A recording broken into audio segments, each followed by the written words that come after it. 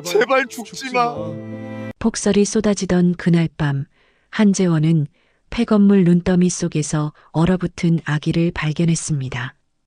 파랗게 질린 입술, 거의 멈춰가는 심장 소리. 31살 대리운전 기사의 품 안에서 생후 2달 된 아기가 마지막 숨을 몰아쉬고 있었어요. 대체 누가 왜 이 아이를 버린 걸까요? 아기의 목에 걸린 붉은 산호 목걸이만이 유일한 단서였습니다. 그날 밤의 선택이 그의 모든 것을 바꿔놓게 됩니다. 사연 시작 전 구독과 좋아요를 눌러주시고 어디서 듣고 계신지 댓글 남겨주시면 그곳에 행운이 가득 깃들기를 바라겠습니다. 폭설이 쏟아지는 새벽 3시, 서울은 하얗게 뒤덮여 있었습니다. 재원은 대리운전을 마치고 강남역에서 마포 옥탑방까지 걸어가고 있었어요. 영하 15도의 칼바람이 낡은 패딩 사이로 파고들었지만 택시비 10,000원이 아까워서 걸음을 멈출 수 없었습니다. 무릎까지 쌓인 눈을 헤치며 한 발짝씩 내디딜 때마다 싸구려 운동화 안으로 녹은 눈이 스며들었죠. 발가락 끝이 곱아오는 느낌에 이를 악물었습니다. 걸어가는 내내 6년 전 기억이 떠올랐어요. 같은 거리를 고려대 법대 동기들과 함께 웃으며 걸었던 밤이었습니다. 사법시험 합격하면 뭐 할 거냐며 술잔을 기울이던 친구들. 재원은 그때 인권 변호사가 되겠다고 큰 소리쳤었죠. 지금은 그 친구들 중 누구도 연락하지 않습니다. 아니, 재원이 먼저 연락을 끊었어요. 초라한 꼴을 보여주기 싫었으니까요. 주머니 속 핸드폰이 진동했습니다. 대리운전 앱 정산 알림이었어요. 오늘 3건 운행에 42,000원. 앱 수수료 15%를 빼면 실수령액은 고작 35,000원이었습니다. 재원은 곱아터진 손가락으로 화면을 스크롤하다가 밀린 문자들을 발견했어요. 임대료 2개월 연체. 이번 주 내로 미납 시 법적 조치를 취하겠습니다. 한숨이 하얗게 피어올랐습니다. 재원은 문자를 지우고 다시 걸었어요. 지운다고 빚이 사라지는 건 아니었지만 눈앞에서라도 치우고 싶었습니다. 40분을 걸어 옥탑방에 도착했을 때 녹슨 철제 계단에는 눈이 두껍게 쌓여 있었어요. 미끄러지지 않으려고 난간을 붙잡고 한 계단씩 올라갔습니다. 문 앞에 하얀 봉투가 놓여 있었어요. 요양원 청구서였습니다. 재원은 떨리는 손으로 봉투를 뜯었어요. 이번 달 아버지 병원비 180만 원. 어깨가 축 처졌습니다. 통장 잔고는 23만 원. 월세 30만 원도 못 내는 처지에 180만 원이라니. 재원은 봉투를 구겨 주머니에 쑤셔 넣었어요. 방문을 열자 익숙한 곰팡내가 코를 찔렀습니다. 6평 남짓한 공간에 낡은 전기장판 하나가 깔려 있었어요. 금간 벽에는 결로가 맺혀 물방울이 흘러내리고 있었죠. 창문은 외풍을 막으려고 비닐로 덕지덕지 붙여놓은 상태였습니다. 하지만 벽 한쪽에는 고려대 법대 합격증이 액자에 걸려 있었어요. 이 방에서 유일하게 빛나는 것이었죠. 재원은 합격증을 물끄러미 바라보다가 시선을 돌렸습니다. 볼 때마다 가슴이 아팠으니까요. 냉장고를 열었지만 유통기한 지난 우유와 시든 파김치뿐이었어요. 편의점에서 사온 1,000원짜리 삼각김밥 하나로 저녁을 대신했습니다. 차가운 밥알이 목구멍을 긁으며 내려갔어요. 전기장판 위에 누워 천장을 바라봤습니다. 잠이 오지 않았어요. 습관처럼 핸드폰 갤러리를 열었습니다. 스크롤을 내리다가 한 사진에서 손가락이 멈췄어요. 만삭의 배를 쓰다듬으며 환하게 웃고 있는 여자. 약혼녀 윤서였습니다. 2년 전 임신 8개월에 세상을 떠난 사람이었어요. 뱃속 아이와 함께. 재원은 사진 속 윤서의 얼굴을 손가락으로 쓰다듬었습니다. 눈가가 뜨거워졌어요. 미안해, 윤서야. 아직도 아무것도 못 해줬어. 화면을 끄고 눈을 감았습니다. 창밖으로 강남의 고층 빌딩 불빛이 희미하게 보였어요. 같은 하늘 아래 이렇게 다른 세상이 존재한다는 게 씁쓸했습니다. 저 불빛 아래서는 따뜻한 침대에서 잠들 사람들이 있겠죠. 재원은 얇은 이불을 끌어당기며 몸을 웅크렸어요. 새벽녘에야 겨우 잠이 들었습니다. 꿈을 꿨어요. 법정에서 변호사 가운을 입고 서 있는 자신의 모습이었습니다. 의뢰인을 변호하며 당당하게 발언하고 있었죠. 판사가 고개를 끄덕이고 방청석에서는 윤서가 미소 짓고 있었어요. 눈을 떴을 때 현실은 축축한 옥탑방이었습니다. 결로가 맺힌 창문 너머로 아직 어두운 하늘이 보였어요. 재원은 천장을 멍하니 바라보며 중얼거렸습니다. 꿈은 꿈일 뿐이야. 31살. 전 고려대 법대생. 현재 대리운전 기사. 아버지는 요양원에서 식물인간 상태로 누워 계시고 사랑하는 사람은 2년 전에 떠났습니다. 남은 건 빚과 후회뿐이었어요. 재원은 몰랐습니다.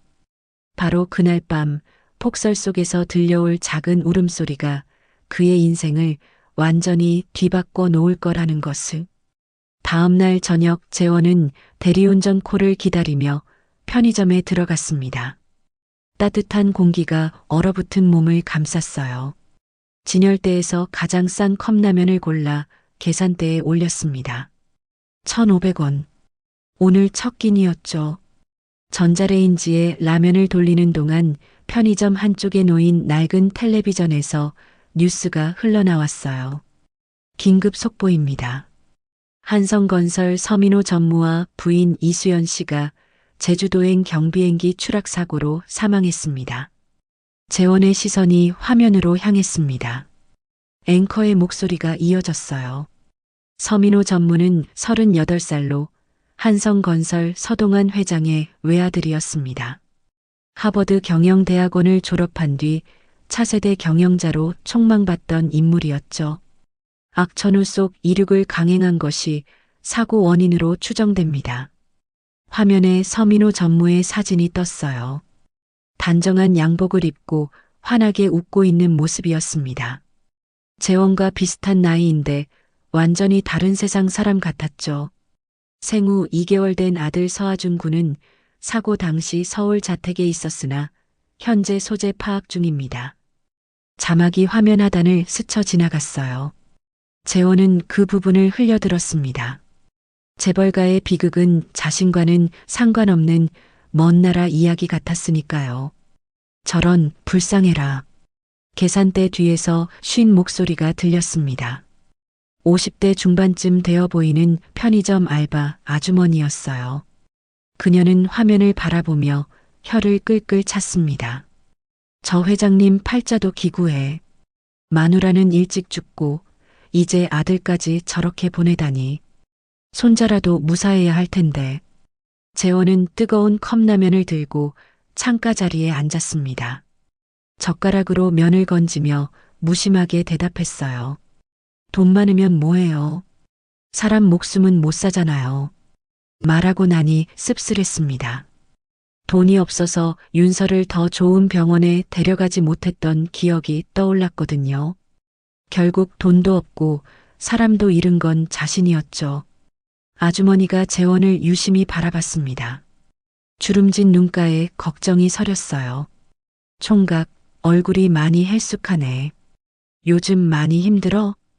재원은 어색하게 웃으며 고개를 저었습니다. 괜찮다는 말이 목구멍까지 올라왔지만 차마 나오지 않았어요. 라면 국물을 후루룩 마시고 자리에서 일어났습니다. 편의점 문을 열고 나서는 순간 검은색 대형 차량 한 대가 빠른 속도로 골목을 지나갔어요. 재원은 무심코 번호판을 봤습니다. 뒷자리 4글자가 눈에 들어왔죠. 7429. 별 의미 없이 스쳐 지나간 숫자였습니다. 재원은 어깨를 움츠리며 대리운전 앱을 켰어요. 잠시 후 콜이 들어왔습니다. 청담동에서 한남동까지. 도착해보니 손님은 40대 중반의 사업가였어요. 양복에서 비싼 술 냄새가 났습니다. 재원이 운전석에 앉자 손님이 뒷좌석에서 전화 통화를 시작했어요. 그래, 서민호 죽었다며? 이제 한성건설 누가 먹나? 아, 둘째가 있다고? 조카? 그놈이 호시탐탐 노리고 있었잖아. 주식 사야 하나, 팔아야 하나. 재원은 묵묵히 핸들을 잡았습니다. 백미러로 손님의 얼굴을 슬쩍 봤어요. 누군가의 죽음을 돈으로 계산하는 표정이었죠. 역겨웠지만 내색하지 않았습니다. 한남동에 도착해 손님을 내려줬어요. 손님이 지갑에서 돈을 꺼내 건넸습니다. 거스름 돈 됐어. 팁이야. 2만 원이었어요. 재원은 고개를 숙여 인사했습니다. 손님이 비틀거리며 걸어가다가 뒤를 돌아봤어요. 이봐, 총각. 세상은 결국 돈 있는 놈이 이기는 거야. 기억해둬. 재원은 대답하지 않았습니다. 손님이 사라진 후에야 구겨진 2만 원을 주머니에 넣었어요. 손이 떨렸습니다. 분노인지 서러움인지 알 수 없었죠.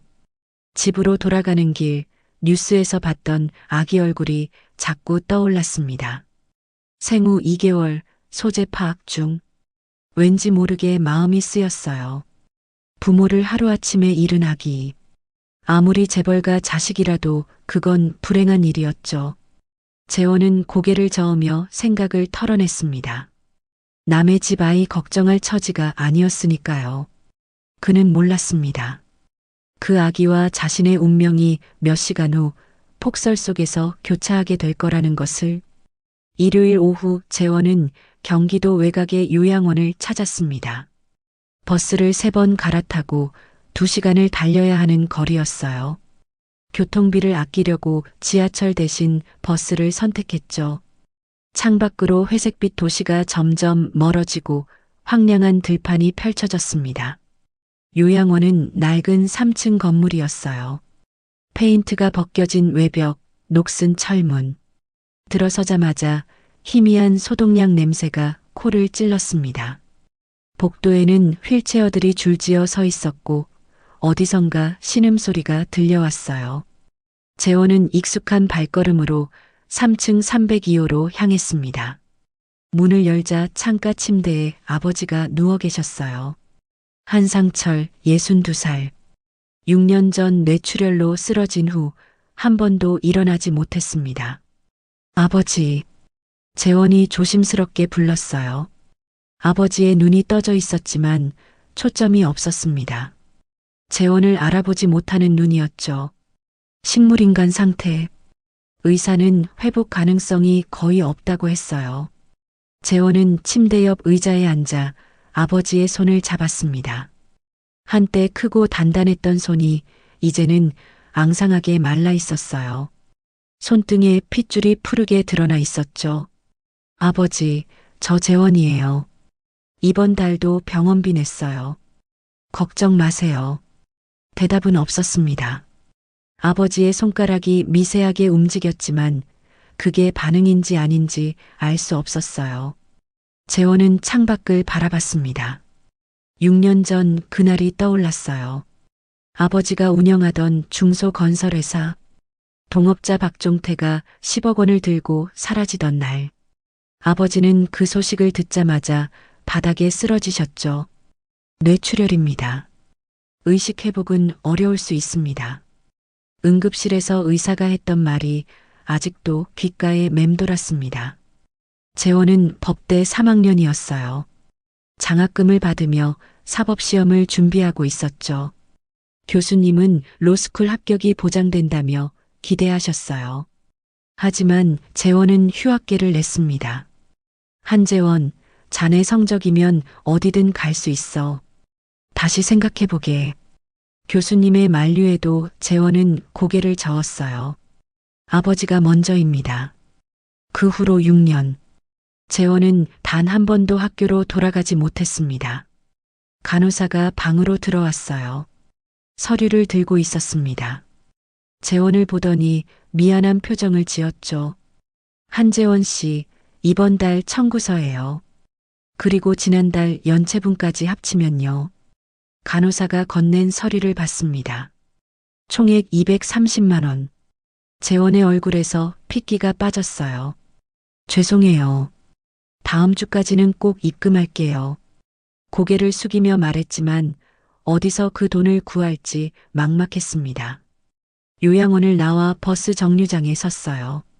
핸드폰으로 통장 잔고를 확인했습니다. 23만 원, 월세 30만 원, 병원비 230만 원. 숫자들이 머릿속에서 빙글빙글 돌았어요. 버스를 기다리는 동안 윤서 생각이 났습니다. 대학 동기였던 그녀. 재원이 가장 힘들 때 곁에 있어준 유일한 사람이었죠. 2년 전 임신 8개월이던 윤서가 갑자기 쓰러졌어요. 태반조기 박리, 과다출혈. 병원으로 달려갔지만 이미 늦었습니다. 윤서도 뱃속 아이도 살리지 못했어요. 장례식장에서 윤서 어머니가 했던 말이 떠올랐습니다. 내가 돈이 있었으면 더 좋은 병원에 갔을 텐데. 그 말이 6년이 지난 지금도 가슴에 박혀 있었어요. 재원은 주먹을 꽉 쥐었습니다. 손톱이 손바닥을 파고들었죠. 버스가 왔어요. 재원은 창가 자리에 앉아 이마를 유리창에 기댔습니다. 차가운 감촉이 뜨거운 눈가를 식혀줬어요. 미안해, 윤서야. 아직도 아무것도 못해줬어. 창밖으로 어둠이 내리고 있었습니다. 재원은 눈을 감았어요. 내일도 대리운전을 해야 했습니다. 모레도, 그 다음 날도. 끝이 보이지 않는 터널 같았죠. 그는 몰랐습니다. 바로 그날 밤 운명이 그를 기다리고 있다는 것을. 그날 밤 역대급 폭설이 서울을 덮쳤습니다. 기상청은 적설량 25cm, 30년 만에 기록적 폭설이라고 발표했어요. 재원은 새벽 4시까지 대리운전을 뛰었습니다. 마지막 손님을 강남역 근처에서 내려주고 집으로 향했어요. 택시를 탈까 잠깐 고민했지만 주머니 사정이 허락하지 않았습니다. 오늘 번 돈 5만 원. 여기서 택시비를 빼면 내일 끼니도 해결하기 어려웠죠. 재원은 이를 악물고 걷기 시작했어요. 눈이 무릎까지 쌓여 있었습니다. 한 발짝 내디딜 때마다 발이 푹푹 빠졌어요. 영하 15도의 칼바람이 얼굴을 핥히었습니다. 콧물이 얼어붙고 속눈썹에 성에가 끼었죠. 손가락은 이미 감각을 잃은 지 오래였어요. 지름길로 가자. 재원은 용산 재개발 구역 쪽으로 방향을 틀었습니다. 평소에는 잘 다니지 않는 길이었지만 이 눈길에 큰 길로 돌아가면 1시간은 더 걸릴 것 같았어요. 재개발 구역은 을씨년스러웠습니다. 폐건물들이 유령처럼 늘어서 있었고 가로등 하나 없는 골목은 칠흑 같은 어둠에 잠겨 있었어요. 인적은 없었고 오직 바람소리만 휘이 귓가를 스쳤습니다. 재원은 걸음을 재촉했어요. 으스스한 느낌이 등골을 타고 올라왔습니다. 빨리 이 골목을 빠져나가고 싶었죠. 그때였습니다. 이상한 소리가 들렸어요. 처음에는 바람 소리인 줄 알았습니다. 하지만 귀를 기울이자 분명히 다른 소리였어요. 가느다랗고 연약하고 간절한 소리. 울음소리였습니다. 재원은 멈춰 섰어요.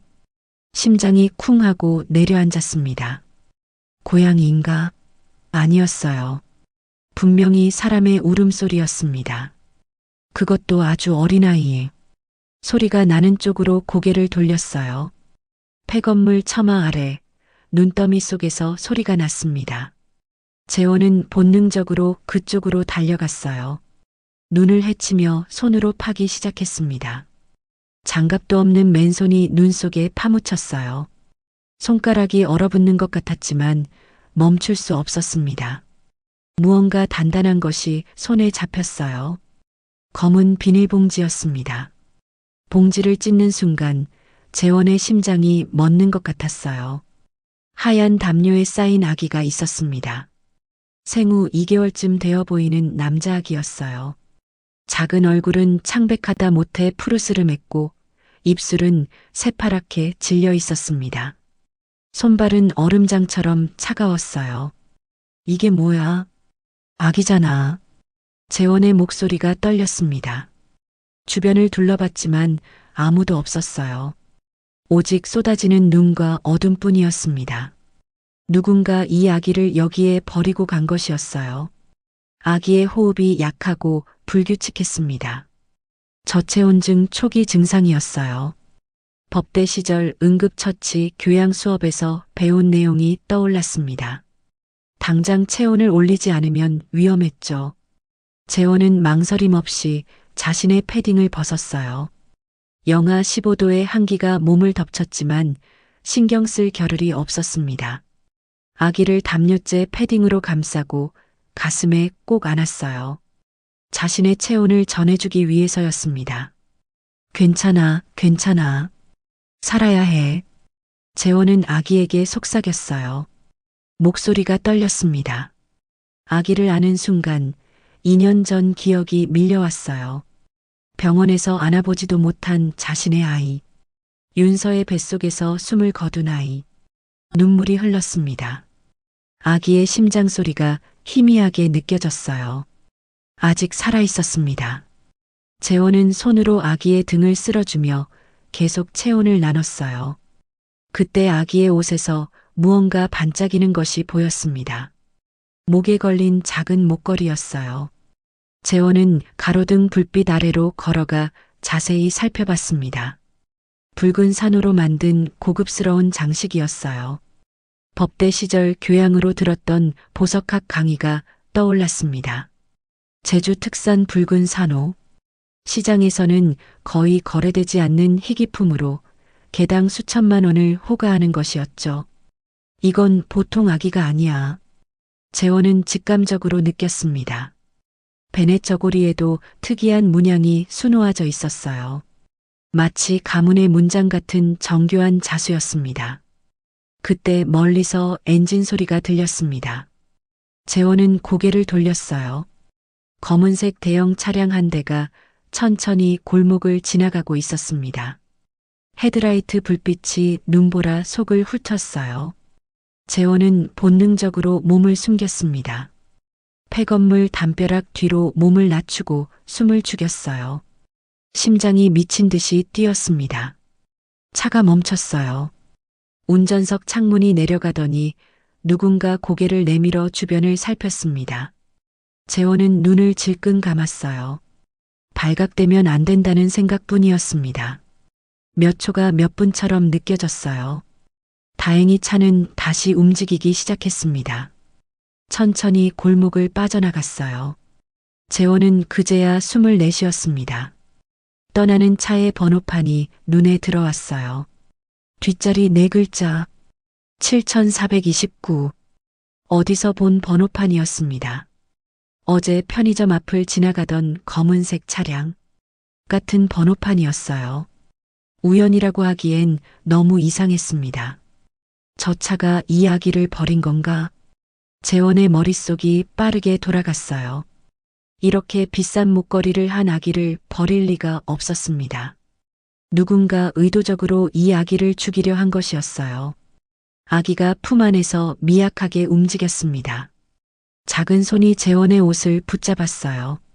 아직 살아있다는 신호였죠. 재원은 아기를 더 꼭 안았습니다. 걱정 마. 내가 지켜줄게. 재원은 급히 그 자리를 떠났어요. 눈보라를 뚫고 최대한 빨리 걸었습니다. 아기의 체온이 조금씩 올라오는 게 느껴졌어요. 다행이었습니다. 골목을 빠져나와 큰 길로 나왔을 때 재원은 비로소 안도의 한숨을 내쉬었어요. 하지만 마음 한구석이 무거웠습니다. 이 아기를 어떻게 해야 할까? 경찰에 신고해야 하나?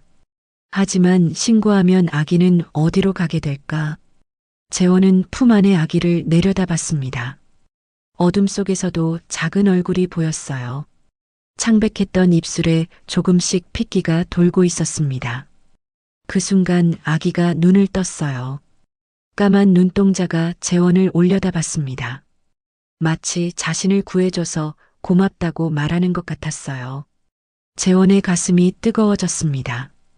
2년 전 잃어버린 아이, 안아보지도 못한 아이. 그 아이가 다른 모습으로 돌아온 것만 같았어요. 너 이름이 뭐니? 재원이 물었습니다. 당연히 대답은 없었어요. 아기는 그저 재원을 빤히 바라볼 뿐이었습니다. 재원은 결심했어요. 일단 이 아기를 집으로 데려가기로. 정체를 알아내기 전까지는 자신이 지키기로. 경찰에 신고하면 버린 사람에게 돌아갈 수도 있었으니까요. 옥탑방을 향해 걸으면서 재원은 중얼거렸습니다. 준아. 내 이름은 준이야. 죽은 아이에게 지어주려 했던 이름이었어요. 윤서가 좋아했던 이름. 준수하게 자라라는 뜻을 담은 이름. 그는 몰랐습니다. 이 작은 생명이 자신의 인생을 완전히 뒤바꿔 놓을 거라는 것을. 그리고 이 아기의 정체가 밝혀지는 순간 거대한 음모의 한가운데 서게 될 거라는 것을. 옥탑방에 도착했을 때는 새벽 5시가 넘어 있었습니다. 재원은 떨리는 손으로 문을 열었어요. 6평 남짓한 좁은 공간이 그 어느 때보다 따뜻하게 느껴졌습니다. 얼어붙은 몸으로 전기장판 위에 아기를 조심스럽게 눕혔어요. 아기는 아직 의식이 흐릿했습니다. 눈을 반쯤 뜬 채 힘없이 누워 있었죠. 재원은 서랍에서 수건을 꺼내 미지근한 물에 적셨어요. 차가워진 아기의 손발을 조심스럽게 문질러 주었습니다. 조금만 참아. 금방 따뜻해질 거야. 1시간쯤 지나자 아기의 얼굴에 핏기가 돌기 시작했어요. 새파랗던 입술도 연분홍빛으로 바뀌었습니다. 재원은 그제야 안도의 한숨을 내쉬었어요. 하지만 곧 현실적인 문제들이 밀려왔습니다. 분유가 없었어요. 기저귀도 없었습니다. 아기를 돌본 경험도 전무했죠. 재원은 머리를 쥐어뜯었어요. 당장 아기에게 뭘 먹여야 할지 막막했습니다. 핸드폰으로 검색을 시작했어요. 생후 2개월 아기 수유량, 분유 타는 법, 신생아 돌보기. 검색창에 쏟아지는 정보들이 머릿속을 어지럽혔습니다. 새벽 6시 재원은 가까운 편의점으로 달려갔어요. 분유와 젖병, 기저귀를 샀습니다. 3만 원이 훌쩍 넘었어요. 통장에 남은 돈이 20만 원도 안 되는데 벌써 절반 가까이 쓴 셈이었죠. 옥탑방으로 돌아와 분유를 탔습니다. 검색한 대로 물 온도를 맞추고 분유량을 재고. 손이 떨려서 분유가루가 바닥에 쏟아졌어요. 재원은 혀를 끌끌 차며 다시 시작했습니다. 아기에게 젖병을 물리자 아기가 힘없이 빨기 시작했어요. 제대로 빨지 못해서 분유가 입 밖으로 흘러내렸습니다. 재원은 아기를 살짝 세워 안고 다시 젖병을 물렸어요. 이번에는 조금 나았습니다. 분유를 반쯤 먹이고 나니 아기가 스르르 눈을 감았어요. 잠이 든 것이었습니다. 재원은 아기를 전기장판 위에 눕히고 옆에 누웠습니다. 천장을 바라보며 생각했어요. 이 아기를 어떻게 해야 하지? 경찰에 신고하면 간단했습니다. 유기된 아이를 발견했다고 말하면 되니까요. 하지만 문제가 있었어요. 신고하면 아기는 보육시설로 보내지거나 최악의 경우 버린 사람에게 돌아갈 수도 있었습니다. 그 검은색 차량이 떠올랐어요. 번호판 7429. 분명히 아기를 버린 자들과 관련이 있을 거예요. 그들이 아기를 되찾으면 어떻게 될까요? 다시 눈 속에 버려질 수도 있었습니다. 아기의 목에 걸린 붉은 산호 목걸이를 다시 살펴봤어요.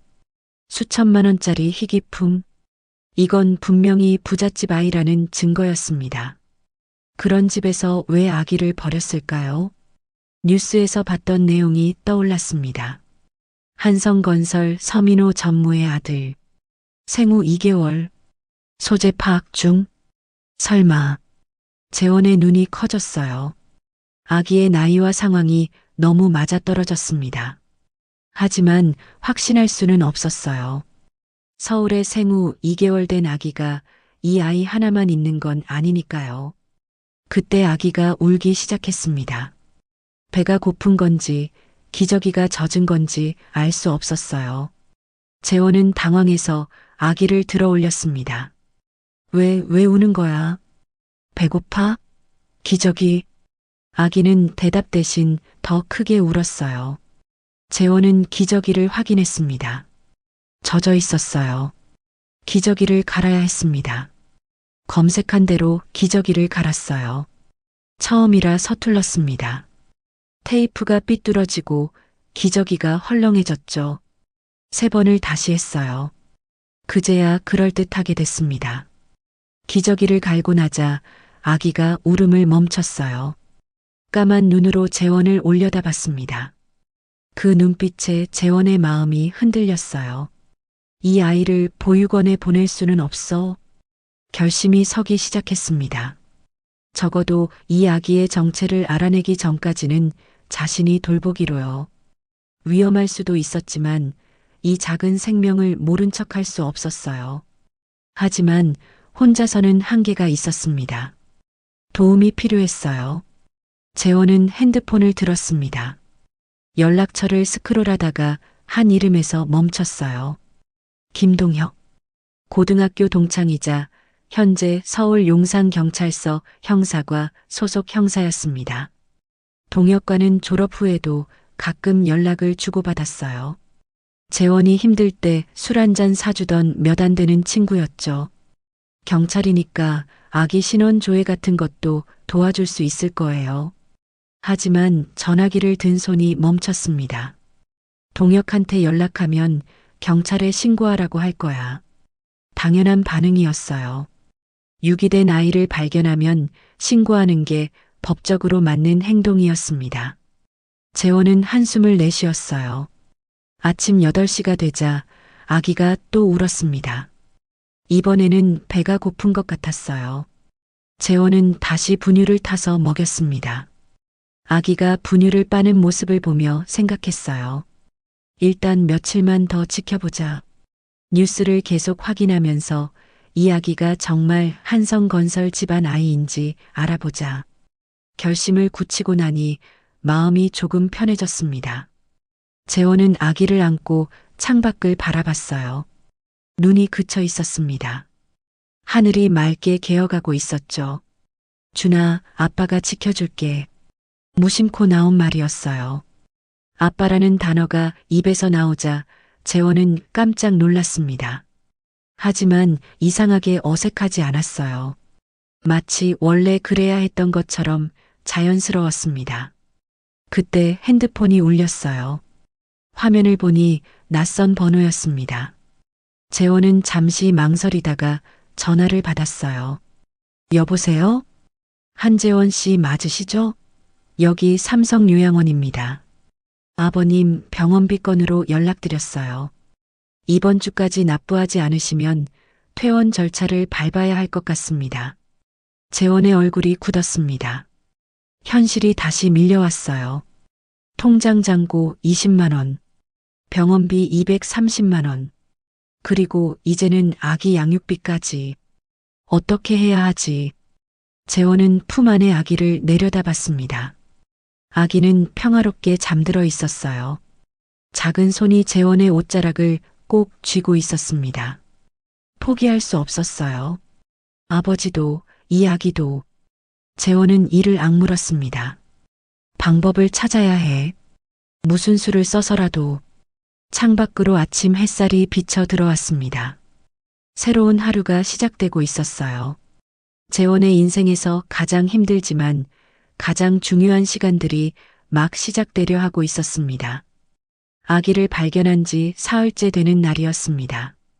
재원은 완전히 지쳐 있었어요. 준이는 3시간마다 울었습니다. 배가 고파서, 기저귀가 젖어서, 때로는 이유 없이. 잠을 제대로 잔 게 언제인지 기억도 나지 않았어요. 하지만 이상하게도 힘들기만 한 건 아니었습니다. 준이가 분유를 먹고 나서 배시시 웃을 때 작은 손으로 재원의 손가락을 꽉 잡을 때 그 순간만큼은 모든 피로가 녹아내리는 것 같았어요. 문제는 돈이었습니다. 분유가 떨어져서 새로 사야 했어요. 기저귀도 거의 바닥이 났습니다.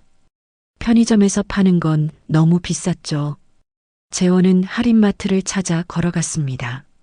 아기띠가 없어서 준이를 패딩 안에 품고 갔어요. 마트에서 가장 싼 분유와 기저귀를 골랐습니다. 그래도 5만 원이 훌쩍 넘었어요. 계산대 앞에서 재원의 손이 떨렸습니다. 이 돈을 쓰면 통장에 남는 건 8만 원. 월세는커녕 다음 주 끼니도 걱정해야 할 판이었죠. 아이고, 아기가 귀엽네. 계산대 직원이 재원의 품에 안긴 준이를 보며 말했어요. 재원은 어색하게 웃었습니다. 감사합니다. 근데 총각, 혼자 키우는 거야? 젊은 게 힘들겠네. 재원은 대답 대신 고개만 끄덕였어요. 설명하기가 복잡했습니다. 마트를 나서는데 갑자기 등 뒤에서 누군가 불렀어요. 재원아? 익숙한 목소리였습니다. 돌아보니 칠순이 넘어 보이는 할머니가 서 있었어요. 흰 머리에 허리가 약간 굽은 하지만 눈빛은 또렷한 분이었습니다. 순자 할머니? 재원의 눈이 커졌어요. 같은 옥탑방 건물 아래층에 사는 이순자 할머니였습니다. 윤서가 살아있을 때 자주 반찬을 나눠주시던 분이었죠. 윤서 장례식에도 오셨어요. 아이고, 이게 얼마만이야. 얼굴이 왜 이렇게 야위었어. 순자 할머니가 재원의 얼굴을 걱정스럽게 들여다봤습니다. 그러다가 재원의 품에 안긴 아기를 발견했어요. 어머, 이게 누구야? 아기잖아. 재원은 당황했습니다. 뭐라고 설명해야 할지 몰랐어요. 이게, 그러니까, 설마 윤서 죽고 재혼한 거야? 아니면 입양? 순자 할머니의 눈이 호기심으로 반짝였습니다. 재원은 머뭇거리다가 입을 열었어요. 아니요, 그게, 사연이 좀 복잡해요. 복잡하긴. 일단 우리 집으로 가자. 날도 추운데 서서 얘기할 건 아니잖아. 순자 할머니가 재원의 팔을 잡아 끌었습니다. 거절할 틈도 없었어요. 할머니의 집은 재원의 옥탑방보다 훨씬 아늑했습니다. 작지만 깔끔하게 정돈된 공간의 된장찌개 냄새가 구수하게 퍼져 있었어요. 재원은 순자 할머니 앞에서 모든 걸 털어놓았습니다. 폭설 속에서 아기를 발견한 것, 경찰에 신고하지 않은 것, 아기의 정체가 의심스러운 것. 순자 할머니는 조용히 듣고 있었어요. 다 듣고 나서 한숨을 내쉬었습니다. 그래서 혼자 사흘을 버틴 거야? 네. 이 바보야. 순자 할머니가 재원의 이마를 손가락으로 톡 쳤어요. 왜 진작 얘기 안 했어? 나도 애 6 키워본 사람이야. 도와줄 수 있잖아. 재원의 눈시울이 붉어졌습니다. 누군가에게 도움을 받는다는 게 이렇게 고마운 건지 처음 알았어요. 그날부터 순자 할머니가 재원을 도와주기 시작했습니다. 분유 타는 법, 트림시키는 법, 목욕시키는 법. 할머니는 능숙하게 준이를 다뤘어요. 재원은 옆에서 배웠습니다. 아기는 3시간마다 먹이고 기저귀는 축축해지면 바로 갈아줘야 해. 그래야 엉덩이가 안 얼어. 순자 할머니가 가르쳐주는 대로 재원은 하나씩 익혀나갔어요. 서툴렀던 손놀림이 조금씩 자연스러워졌습니다. 근데 재원아, 이 목걸이는 뭐야? 어느 날 순자 할머니가 준이의 목에 걸린 붉은 산호 목걸이를 유심히 살펴봤어요. 제가 봐도 굉장히 비싸 보여요. 제주 특산 붉은 산호라던데. 제주 붉은 산호? 그거 어지간한 부잣집 아니면 못 사는 거야. 우리 시어머니가 제주분이셨는데 그거 수천만 원은 한다고 하셨어. 재원의 심장이 쿵 내려앉았습니다. 역시 보통 집안 아기가 아니었어요. 그리고 이 베넷 저고리 문양 좀 봐. 순자 할머니가 준이의 옷을 가리켰어요. 정교하게 수놓아진 문양이었습니다. 이거 가문 문장 같은데. 옛날 양반집에서 아기 낳으면 이렇게 문장을 새겨 넣었거든. 재원은 핸드폰을 꺼내 검색했어요. 한성건설 가문 문장. 검색 결과에 나온 이미지와 베넷 저고리의 문양을 비교했습니다. 똑같았어요. 할머니, 이거 왜 뭔가 찾았어? 재원은 화면을 순자 할머니에게 보여줬습니다. 할머니의 눈이 커졌어요. 세상에, 이 아기가 정말 그 재벌집 아이란 말이야? 재원은 고개를 끄덕였습니다. 거의 확신이 섰어요. 준이는 한성건설 서민호 전무의 아들 서아준이었습니다. 그럼 더 큰일이네. 누가 왜 이 아기를 버렸을까? 순자 할머니의 표정이 심각해졌어요. 재원도 같은 생각이었습니다. 뉴스에서는 소재 불명이라고만 나왔어요. 실종 신고도 없고 경찰 수사도 없고 이상하잖아요. 그러게. 재벌집 손자가 사라졌는데 왜 조용하지? 둘은 서로를 바라봤습니다. 뭔가 큰 비밀이 숨겨져 있다는 걸 직감했어요. 재원아, 일단 이 아기 정체는 비밀로 하자. 함부로 나섰다가 큰일 날 수도 있어. 순자 할머니가 진지하게 말했습니다. 재원도 동의했어요. 네, 저도 그렇게 생각해요. 일단 더 알아보기 전까지는 조용히 있을게요. 그날 밤 재원은 준이를 안고 창밖을 바라봤습니다. 서울의 야경이 반짝이고 있었어요. 저 불빛들 어딘가에 준이를 버린 자들이 있을 거예요.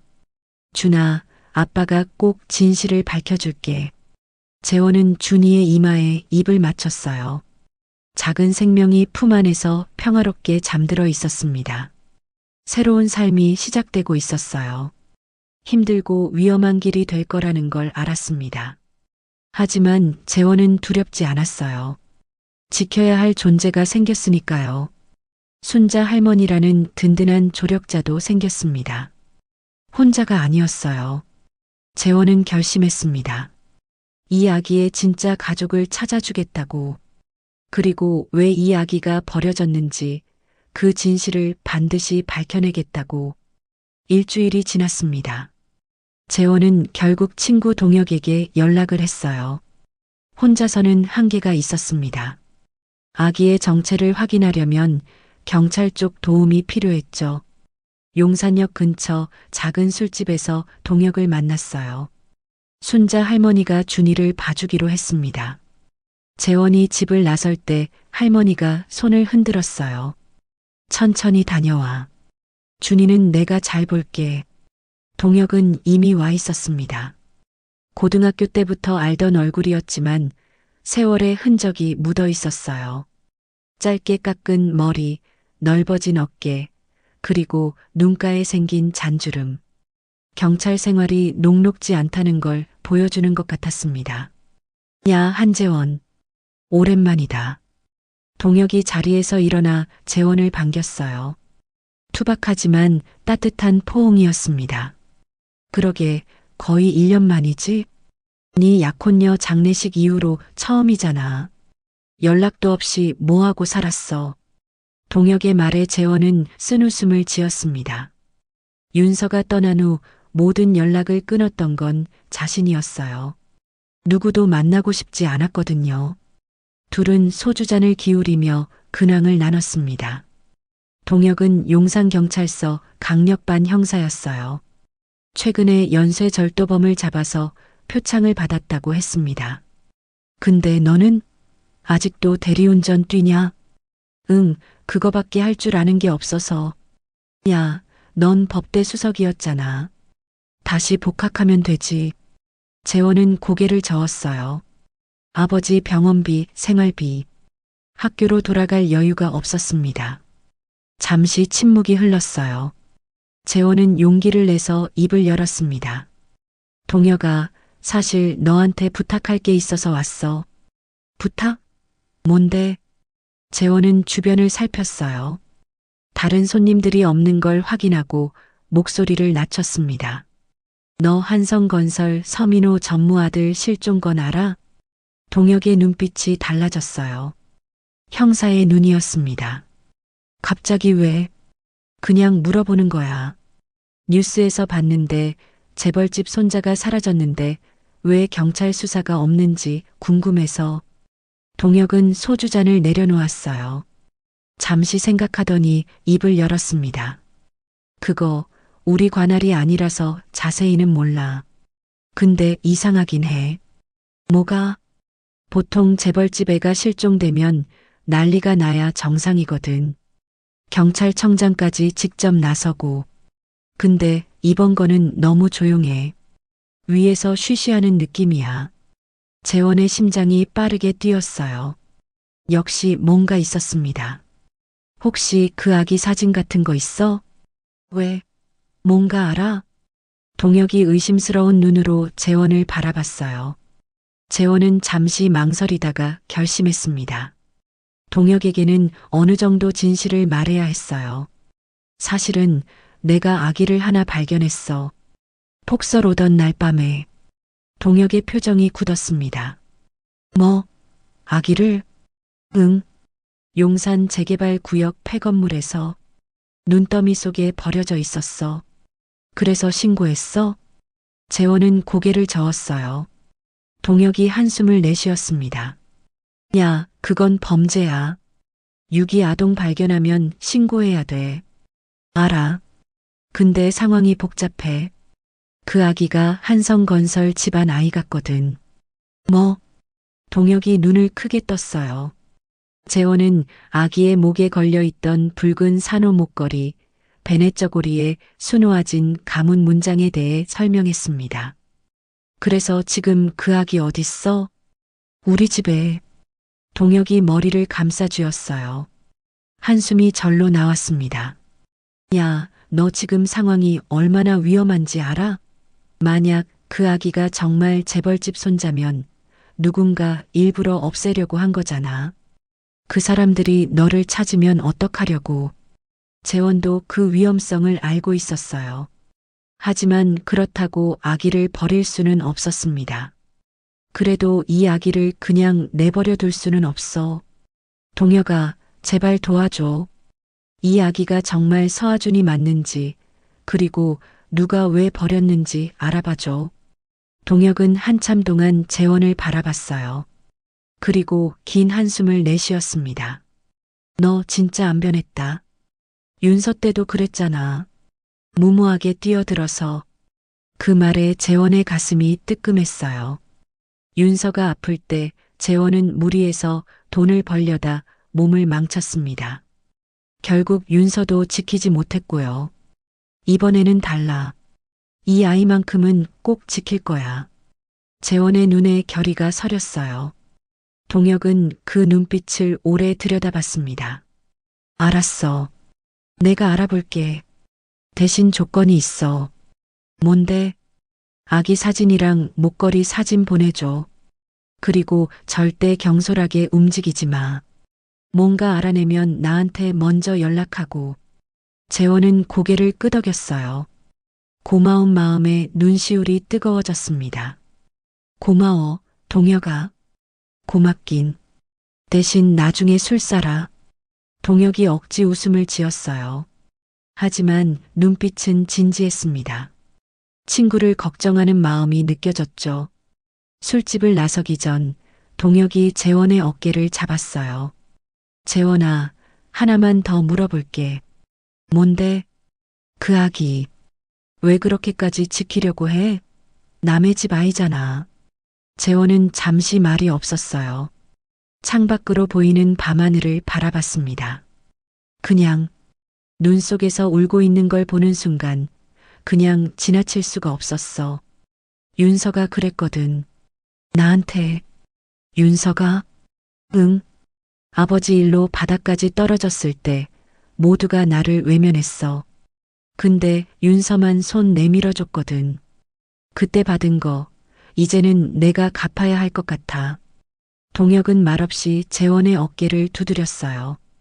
더 이상의 말은 필요 없었습니다. 집으로 돌아오니 준이가 순자 할머니 품에서 곤히 잠들어 있었어요. 재원은 아기를 조심스럽게 받아 안았습니다. 준아, 아빠 친구가 도와주기로 했어.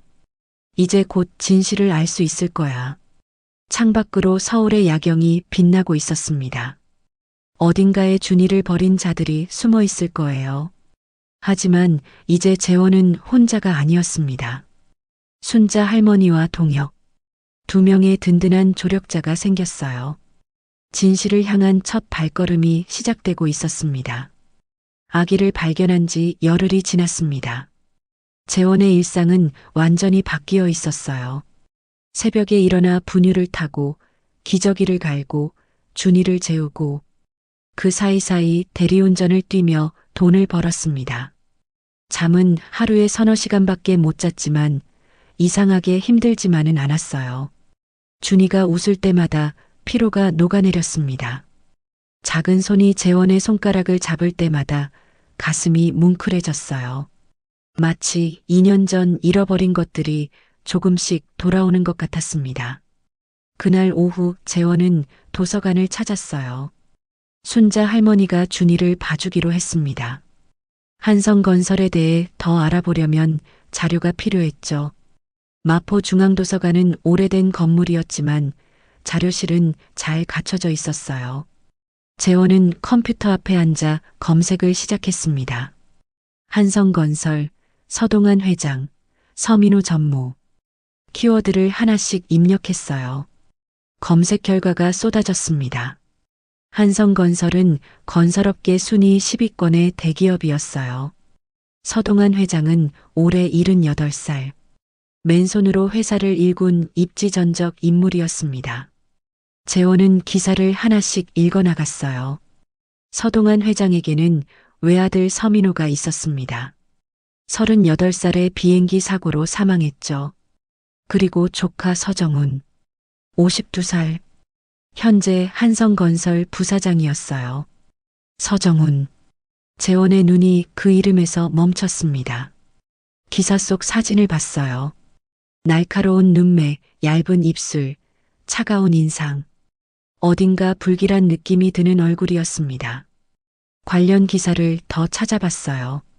서정훈 부사장은 서민호 전무와 후계 경쟁을 벌여왔다는 내용이 있었습니다. 재계에서는 서민호 전무가 확실한 후계자로 점쳐졌지만 서정훈 부사장도 호시탐탐 기회를 노리고 있었다는 거예요. 그런데 서민호 전무가 갑자기 사망했습니다. 사고로 재원의 머릿속에서 퍼즐 조각들이 맞춰지기 시작했어요. 만약 서정훈이 후계 경쟁에서 이기려면 서민호뿐 아니라 그의 아들까지 없애야 했습니다. 서아준이 살아있는 한 직계 혈통인 그가 후계자가 될 테니까요. 설마 비행기 사고도? 등골이 서늘해졌어요.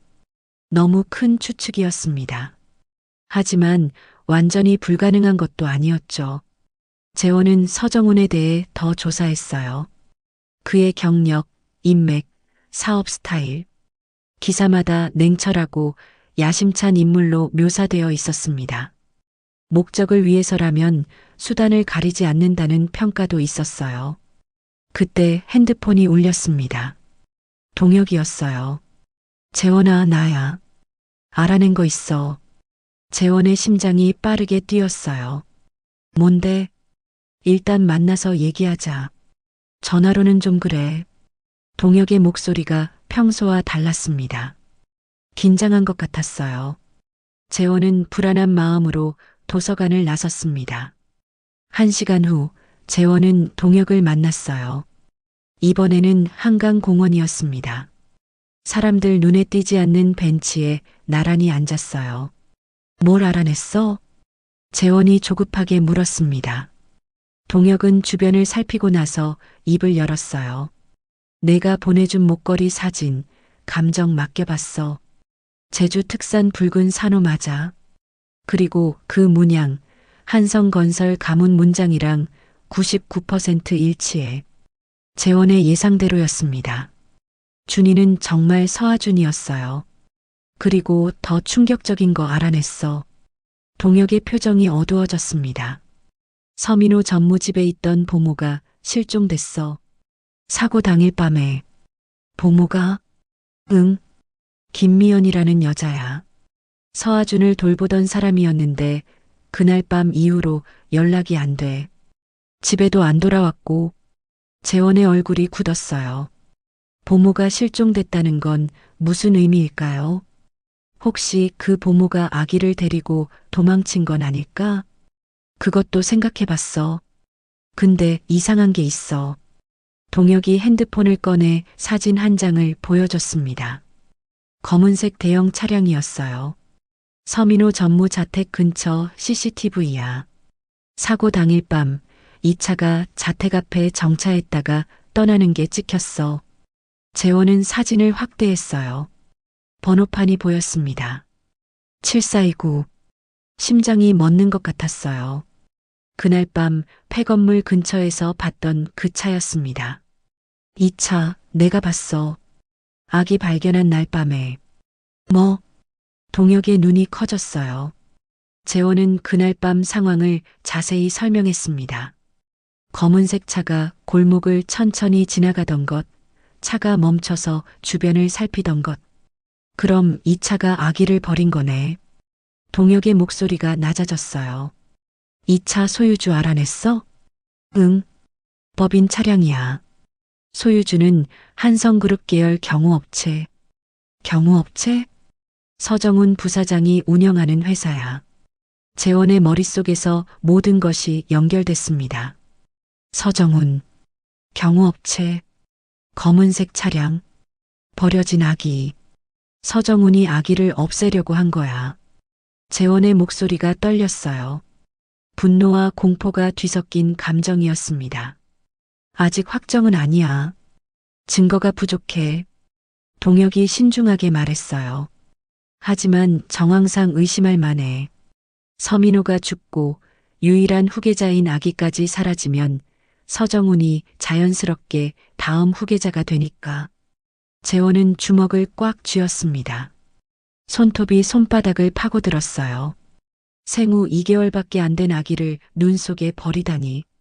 인간이 할 짓이 아니었습니다. 재원아, 이거 진짜 위험한 거야. 서정훈이 재벌 부사장이잖아. 돈도 권력도 있어. 내가 함부로 건드릴 상대가 아니야. 동혁이 걱정스러운 눈으로 재원을 바라봤어요. 알아. 근데 이대로 있을 수는 없어. 재원의 눈에 결의가 서렸습니다. 준이한테는 진짜 가족이 있어. 서동환 회장. 그 할아버지한테 손자를 돌려줘야 해. 그리고 서정훈이 한 짓을 밝혀내야 해. 동혁은 한숨을 내쉬었어요. 친구의 고집을 잘 알고 있었습니다. 알았어. 내가 더 알아볼게. 근데 제발 조심해. 서정훈 쪽에서 눈치챌 수도 있어. 재원은 고개를 끄덕였습니다. 집으로 돌아가는 길, 머릿속이 복잡했어요. 거대한 음모의 실체가 조금씩 드러나고 있었습니다. 준이를 지키기 위해서는 서정훈과 맞서야 했어요. 돈도 없고 권력도 없는 자신이. 하지만 재원은 물러서지 않을 거였습니다. 준아, 아빠가 꼭 진실을 밝혀줄게. 옥탑방에 돌아와 잠든 준이의 얼굴을 바라보며 재원은 다짐했습니다. 이 작은 생명을 위해서라면 뭐든 할 수 있었어요. 진실을 향한 추적이 본격적으로 시작되고 있었습니다. 2주가 지났습니다.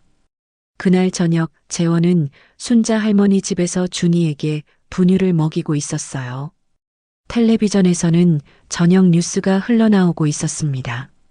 재원은 별 생각 없이 준이의 등을 토닥이고 있었어요. 그때 앵커의 목소리가 귀에 들어왔습니다. 다음 뉴스입니다. 한성건설 서동환 회장이 실종된 손자 서아준 군을 찾기 위해 10억 원의 포상금을 걸었습니다. 재원의 손이 멈췄어요. 고개를 돌려 텔레비전을 바라봤습니다. 화면에 서동환 회장의 얼굴이 떠 있었어요. 78살의 노인이었지만 눈빛은 날카로웠습니다. 하지만 평소 사진과는 달리 깊은 주름 사이로 피로와 슬픔이 역력했어요. 서동환 회장은 오늘 기자회견을 열고 손자 서아준 군의 행방을 아는 사람에게 10억 원의 포상금을 지급하겠다고 발표했습니다. 화면이 바뀌며 기자회견 영상이 나왔어요. 서동환 회장이 마이크 앞에 서 있었습니다. 목소리가 떨리고 있었어요. 제 손자 하준이를 찾고 있습니다. 아들 민호와 며느리를 잃고 이제 손자마저 어디 있는지 모릅니다. 하준이를 데리고 계신 분 제발 연락 주십시오. 10억 원을 드리겠습니다. 아니, 그 이상이라도 드리겠습니다. 회장의 목소리가 갈라졌어요. 눈가에 눈물이 맺혀 있었습니다. 하준이는 제 전부입니다. 제발, 제발 돌려주십시오. 재원은 숨이 막히는 것 같았어요. 품 안에 준이를 내려다봤습니다. 아기는 분유를 다 먹고 평화롭게 눈을 감고 있었어요. 재원아, 저거 봤어? 순자 할머니가 놀란 표정으로 재원을 바라봤습니다. 네, 봤어요. 10억이래. 그리고 저 회장님 표정 좀 봐. 진심이야. 재원은 고개를 끄덕였어요. 서동환 회장의 얼굴에서 거짓은 느껴지지 않았습니다. 손자를 잃은 할아버지의 진심 어린 절규였어요.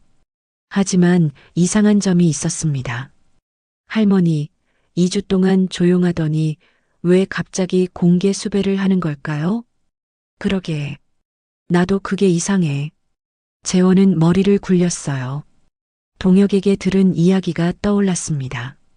서정훈이 아기를 없애려 했다면 왜 회장이 이제야 공개 수배를 하는 걸까요? 핸드폰을 꺼내 동혁에게 문자를 보냈어요. 뉴스 봤어? 뭔가 이상해. 잠시 후 답장이 왔습니다. 나도 봤어. 내일 만나자. 알아낸 게 있어. 다음 날 오후 재원은 동혁을 만났어요. 이번에는 외진 카페였습니다. 동혁의 표정이 어두웠어요. 알아낸 게 뭔데? 재원이 물었습니다. 동혁은 주변을 살피고 목소리를 낮췄어요. 서정훈이 회장한테 거짓 보고를 했어. 거짓 보고? 응. 사고 직후에 서정훈이 회장한테 아기가 안전하게 병원에서 치료 중이라고 보고했대. 그래서 회장은 2주 동안 아무것도 몰랐던 거야. 재원의 눈이 커졌어요. 그럼 왜 갑자기 공개 수배를? 회장이 직접 손자를 보러 가겠다고 했나 봐. 그제야 서정훈이 더 이상 숨길 수 없어서 실종이라고 보고한 거지. 재원은 분노가 치밀어 올랐습니다. 서정훈은 2주 동안 회장을 속이면서 아기를 찾지 않았던 거예요. 아니, 아기가 죽었다고 생각했을 테니 찾을 필요가 없었겠죠. 그 인간 진짜. 재원은 주먹을 꽉 쥐었어요. 근데 재원아, 문제가 있어. 동혁이 심각한 표정으로 말했습니다. 뭔데? 공개 수배가 나갔으니까 이제 전국에서 아기를 찾을 거야. 너한테도 위험해질 수 있어. 재원은 그 말의 의미를 알았어요. 누군가 재원이 아기를 데리고 있다는 걸 알아내면 10억 포상금을 노리고 신고할 수도 있었습니다. 그러면 서정훈 쪽에서도 재원을 찾아낼 거예요. 더 큰 문제는 따로 있어. 동혁이 핸드폰을 꺼내 사진을 보여줬어요. 검은 옷을 입은 남자가 찍혀 있었습니다. 이 남자 오명수라고 해. 서정훈 경호업체 소속이야. 며칠 전부터 용산 일대를 돌아다니고 있어. 재원의 심장이 쿵 내려앉았어요. 설마 나를 찾는 거야? 확실하진 않아. 근데 아기를 버린 장소 근처를 계속 돌아다니고 있어. 혹시 누가 봤을 수도 있다고 생각하는 것 같아. 재원은 등에서 식은땀이 흘렀어요. 서정훈 쪽에서 움직이기 시작한 거였습니다. 재원아, 당분간 조심해. 외출 최대한 줄이고 아기 데리고 밖에 나가지 마. 동혁이 진지하게 말했습니다. 재원은 고개를 끄덕였어요.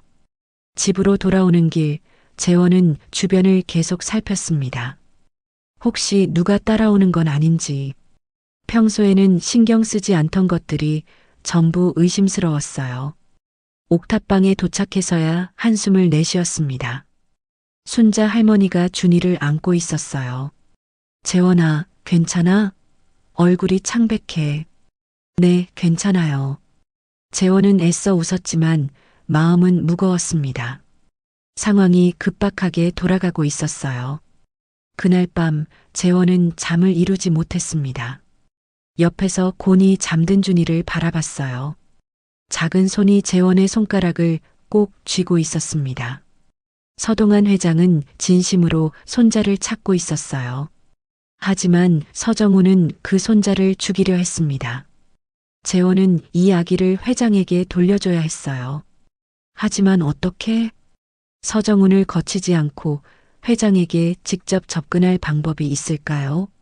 증거도 없이 회장이 믿어줄까요? 재원은 창밖을 바라봤습니다. 서울의 야경이 반짝이고 있었어요. 저 불빛들 어딘가에서 서정훈의 부하들이 아기를 찾고 있을 거예요. 시간이 없었습니다. 서정훈이 먼저 재원을 찾아내면 모든 게 끝이었어요. 준아, 아빠가 지켜줄게. 무슨 일이 있어도. 재원은 준이를 품에 안았습니다. 작은 심장 소리가 가슴에 전해졌어요. 이제 진짜 싸움이 시작되고 있었습니다. 재원은 준비해야 했어요. 거대한 적과 맞서기 위해. 창밖으로 검은 구름이 달을 가렸습니다. 폭풍 전야 같은 밤이었어요. 공개 수배 이후 사흘이 지났습니다. 재원은 불안한 나날을 보내고 있었어요. 외출을 최대한 줄이고 준이를 데리고 밖에 나가는 것도 삼갔습니다. 대리운전도 일주일째 쉬고 있었어요. 수입이 끊겼지만 어쩔 수 없었습니다. 그날 오후 재원은 옥탑방에서 준이에게 분유를 먹이고 있었어요. 창밖으로 겨울 햇살이 비쳐 들어왔습니다. 평화로운 오후였죠. 그때 순자 할머니가 급하게 문을 열고 들어왔어요. 얼굴이 창백했습니다. 재원아, 큰일 났어. 왜요? 무슨 일이에요? 아까 마트 갔다 오는데 검은 옷 입은 남자가 건물 주변을 서성이고 있었어. 사진 찍고 다니더라고. 재원의 심장이 철렁 내려앉았어요. 동혁이 보여줬던 사진이 떠올랐습니다. 오명수, 어떻게 생겼어요? 40대 중반쯤 됐을 거야. 각진 얼굴에 눈이 날카롭더라고. 몸집이 크고 틀림없었습니다. 서정훈의 부하였어요. 재원은 창문 옆으로 다가가 조심스럽게 밖을 내다봤습니다. 건물 맞은편 골목에 검은색 승용차 한 대가 서 있었어요. 안에 사람이 타고 있는 것 같았습니다. 할머니, 저 차 보여요? 응, 아까부터 있었어. 이상하다 싶었는데. 재원은 등에서 식은땀이 흘렀어요. 찾아온 거였습니다. 어떻게 알아냈는지 모르지만 서정훈 쪽에서 재원을 추적해 온 거예요. 핸드폰을 꺼내 동혁에게 전화했습니다. 벨이 3번 울리고 동혁이 받았어요. 재원아, 왜? 동혁아, 큰일 났어. 서정훈 부하들이 우리 집 근처에 와 있어. 뭐? 진짜? 응. 검은 옷 입은 남자가 건물 주변 사진 찍고 맞은편의 차도 대기하고 있어. 동혁이 욕설을 내뱉었어요. 어떻게 알아낸 거지? 재원아, 일단 거기서 나와. 당장. 어디로? 내가 장소 알려줄게. 일단 아기 데리고 뒷문으로 빠져나와. 재원은 전화를 끊고 급히 짐을 챙겼습니다. 준이의 분유, 기저귀, 갈아입힐 옷. 손이 떨려서 물건을 몇 번이나 떨어뜨렸어요. 재원아, 나도 같이 갈게. 순자 할머니가 말했습니다. 재원은 고개를 저었어요. 안 돼요, 할머니. 할머니까지 위험해져요. 저만 가면 돼요. 안 돼. 혼자 보내면 어떡해. 할머니, 제발이요. 제가 연락할게요. 나중에 꼭요. 재원은 할머니의 손을 꼭 잡았습니다. 눈가가 뜨거워졌어요. 할머니, 그동안 감사했어요. 정말로. 순자 할머니의 눈에 눈물이 맺혔습니다. 재원아, 조심해. 준이도 잘 지켜. 재원은 준이를 패딩 안에 품고 뒷문으로 빠져나갔어요. 좁은 골목을 타고 반대 방향으로 걸었습니다. 심장이 터질 것 같았어요. 뒤를 돌아보고 싶었지만 참았습니다. 골목을 빠져나와 큰 길로 나왔어요. 택시를 잡아타고 동혁이 알려준 장소로 향했습니다. 외곽의 허름한 모텔이었어요. 1시간 후 동혁이 모텔방으로 찾아왔습니다. 표정이 심각했어요. 재원아, 어떻게 알아낸 건지 조사해봤어. 어떻게? 마트 CCTV야. 내가 분유 사던 거 찍혔어. 거기서 추적한 것 같아. 재원은 이를 악물었어요. 방심한 거였습니다. 근데 더 큰 문제가 있어.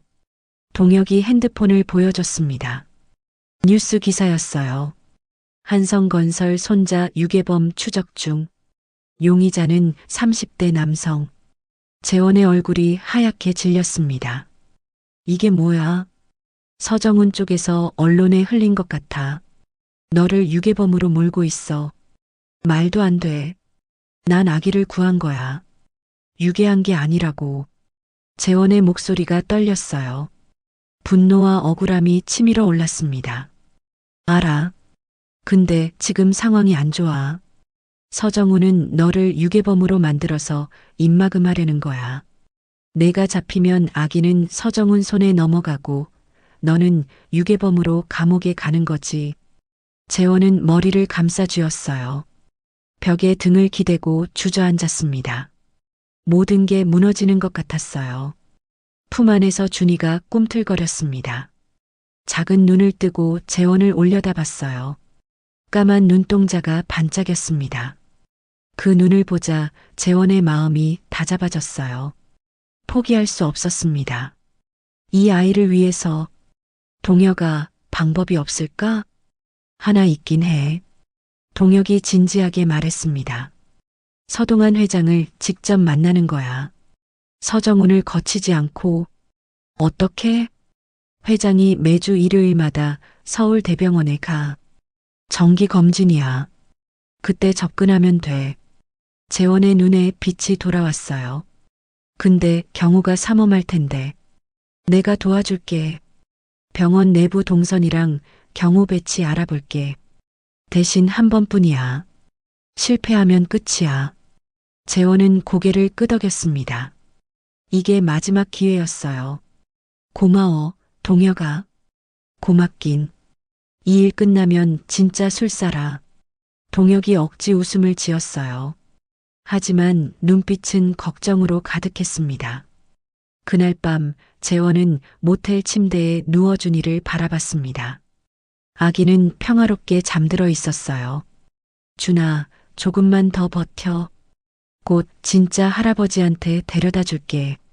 재원은 핸드폰을 꺼내 순자 할머니에게 문자를 보냈어요. 할머니, 저 안전해요. 걱정 마세요. 일이 끝나면 꼭 연락드릴게요. 잠시 후 답장이 왔습니다. 재원아, 조심해. 준이 잘 지켜. 할머니가 기도할게. 재원은 핸드폰을 꽉 쥐었어요. 눈시울이 뜨거워졌습니다. 이 세상에 자신을 걱정해주는 사람들이 있다는 게 고마웠어요. 창밖으로 차가운 바람이 불고 있었습니다. 폭풍이 다가오고 있었어요. 하지만 재원은 물러서지 않을 거였습니다. 일요일까지 사흘. 그동안 버텨야 했어요. 서정훈의 추적을 피하면서 마지막 싸움이 코앞으로 다가오고 있었습니다. 모텔에 숨은 지 이틀째 되는 밤이었습니다.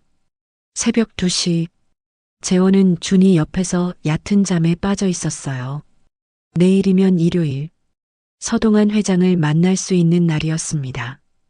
동혁이 병원 동선과 경호 배치를 알아봐준 덕분에 계획은 완벽했어요. 그때 복도에서 발소리가 들렸습니다. 재원은 눈을 번쩍 떴어요. 심장이 빠르게 뛰기 시작했습니다. 발소리가 점점 가까워졌어요. 한 명이 아니었습니다. 여러 명이었어요. 쿵! 문이 걷어차여 열렸습니다. 검은 옷을 입은 남자들이 방 안으로 쏟아져 들어왔어요. 3명이었습니다. 선두에 선 남자의 얼굴이 보였어요. 각진 얼굴, 날카로운 눈. 오명수였습니다. 찾았다. 오명수가 차갑게 말했어요. 재원은 본능적으로 준이를 품에 안았습니다. 당신들 누구야?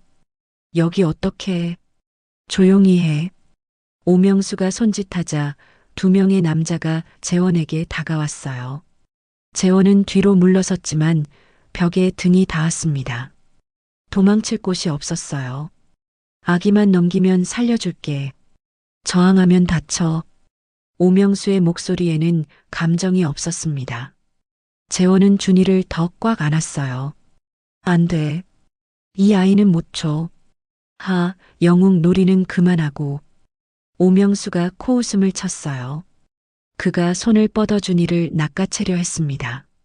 재원은 몸을 비틀어 피했어요. 이 자식이. 오명수의 표정이 일그러졌습니다.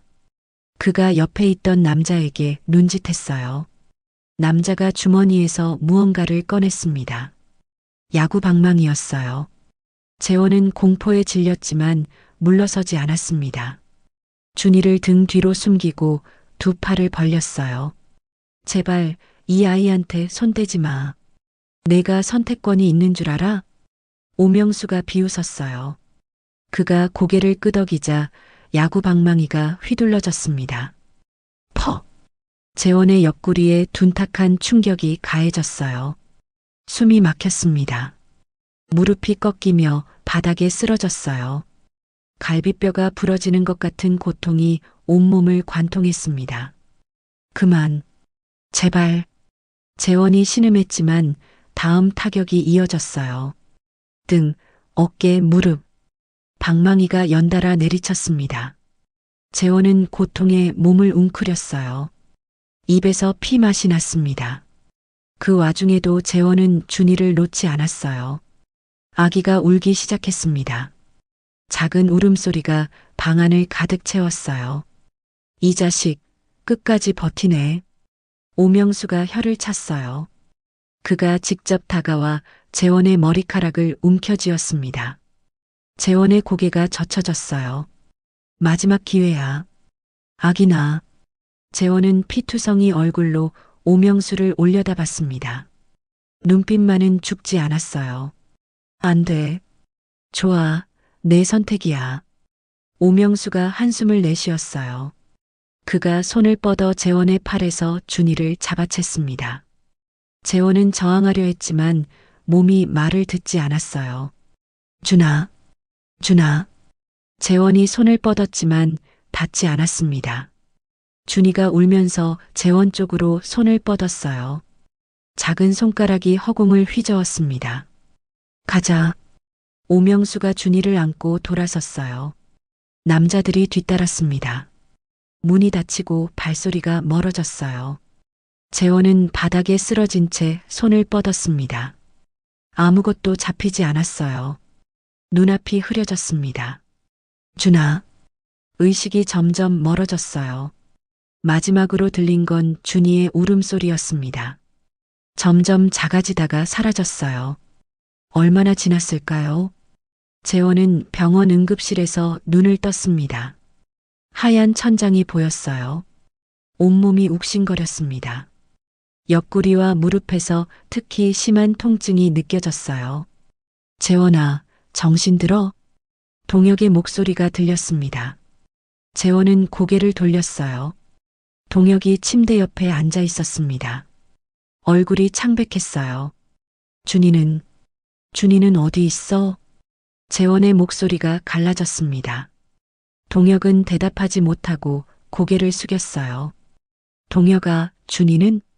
미안해, 재원아. 늦었어. 재원은 숨이 막혔습니다. 가슴이 찢어지는 것 같았어요. 내가 어떻게 알고 거기 갔냐면 모텔 직원이 신고했어. 검은 옷 입은 남자들이 들어가는 걸 보고 내가 도착했을 때 넌 피투성이로 쓰러져 있었고 아기는 없었어. 재원은 눈을 감았습니다. 눈물이 흘러내렸어요. 지킬 수 없었습니다. 약속을 지키지 못했어요. 내 상태는 머리 열상, 갈비뼈, 금, 무릎 인대 손상. 한동안 걷기 힘들 거야. 재원은 천장을 바라봤습니다. 텅 빈 느낌이었어요. 모든 게 끝난 것 같았습니다. 그리고 재원아, 안 좋은 소식이 하나 더 있어. 동혁이 조심스럽게 말했어요. 뭔데? 너 지금 유괴 용의자로 수배 중이야. 병원에도 곧 경찰이 올 거야. 재원은 눈을 감았습니다. 웃음이 나왔어요. 비참한 웃음이었습니다. 준이를 구하려다 유괴범이 됐고 준이를 지키려다 빼앗겼어요. 이제 감옥에 갈 판이었습니다. 이보다 더 처참할 수 있을까요? 동혁아, 나 어떡해. 재원의 목소리가 떨렸습니다. 눈물이 멈추지 않았어요. 일단 진정해. 방법을 찾아볼게. 동혁이 재원의 손을 잡았어요. 하지만 재원은 아무 느낌이 없었습니다. 모든 게 무너져 내린 것 같았어요. 창밖으로 동이 트고 있었습니다. 새벽빛이 병실에 스며들었어요. 하지만 재원에게는 어둠뿐이었습니다. 준이를 잃었어요. 모든 것을 잃었습니다. 재원은 눈을 감고 준이의 얼굴을 떠올렸어요. 까만 눈동자, 작은 손, 분유를 먹을 때 오물거리던 입술. 울다가도 재원을 보면 웃던 아이. 그 아이가 지금 어디에 있을까요? 서정훈의 손에 넘어갔다면. 재원은 생각을 멈췄습니다. 상상만으로도 가슴이 찢어지는 것 같았어요. 미안해, 준아. 아빠가 지켜주지 못해서. 재원은 베개에 얼굴을 묻고 소리 없이 울었습니다. 동혁은 그런 재원을 바라보며 입술을 깨물었어요. 가장 어두운 밤이 시작되고 있었습니다. 병원에서 이틀을 보냈습니다. 재원은 침대에 누운 채 천장만 바라봤어요. 먹지도 말하지도 않았습니다. 간호사가 밥을 가져다 줘도 손대지 않았어요. 몸의 통증보다 마음의 고통이 더 컸습니다. 준이를 잃었다는 사실이 믿기지 않았어요. 눈을 감으면 작은 얼굴이 떠올랐습니다. 까만 눈동자, 분유를 먹고 나서 짓던 웃음, 재원의 손가락을 꽉 쥐던 작은 손. 그 모든 게 이제 없었어요. 동혁이 병실로 찾아온 건 사흘째 되는 날 오후였습니다. 표정이 복잡했어요. 재원아, 좀 어때? 재원은 대답하지 않았습니다. 동혁은 침대 옆 의자에 앉아 한숨을 내쉬었어요. 경찰 조사가 있을 거야. 내가 최대한 밀었는데 더 이상은 힘들어. 재원은 여전히 천장을 바라봤습니다. 경찰 조사, 유괴 혐의. 이제 감옥에 갈 거예요. 하지만 그게 뭐 어떻겠어요. 준이를 잃은 마당에. 재원아, 포기하면 안 돼. 동혁이 재원의 어깨를 잡았습니다. 아직 끝난 거 아니야. 준이를 되찾을 수 있어. 어떻게? 재원의 목소리가 갈라졌어요. 처음으로 입을 열었습니다. 서정훈이 데려갔잖아. 그 인간이 준이를 어떻게 했을지 모르잖아. 아니, 준이는 살아있어. 재원의 눈이 번쩍 떠졌습니다. 고개를 돌려 동혁을 바라봤어요. 뭐라고? 서정훈이 준이를 서동환 회장한테 넘겼어. 손자를 찾았다고. 지금 준이는 한성그룹 본가에 있어. 재원은 숨이 막혔어요. 살아있었습니다. 준이가 살아있었어요. 왜 죽이지 않은 거야? 공개 수배가 나간 후로 상황이 달라졌거든. 이제 아기를 없애면 의심받아. 그래서 다른 방법을 쓴 거지. 유괴범한테서 구출했다는 스토리를 만든 거야. 재원은 이를 악물었습니다. 서정훈은 영악했어요. 아기를 죽이는 대신 자신을 유괴범으로 몰아 입막음하려는 거였습니다. 근데 동혁아, 회장님은 진실을 모르잖아. 서정훈이 아기를 버렸다는 거. 그래서 내가 직접 말해야 해. 동혁이 진지하게 말했습니다. 회장님을 만나서 진실을 알려줘야 해. 서정훈이 뭘 했는지. 증거가 없잖아.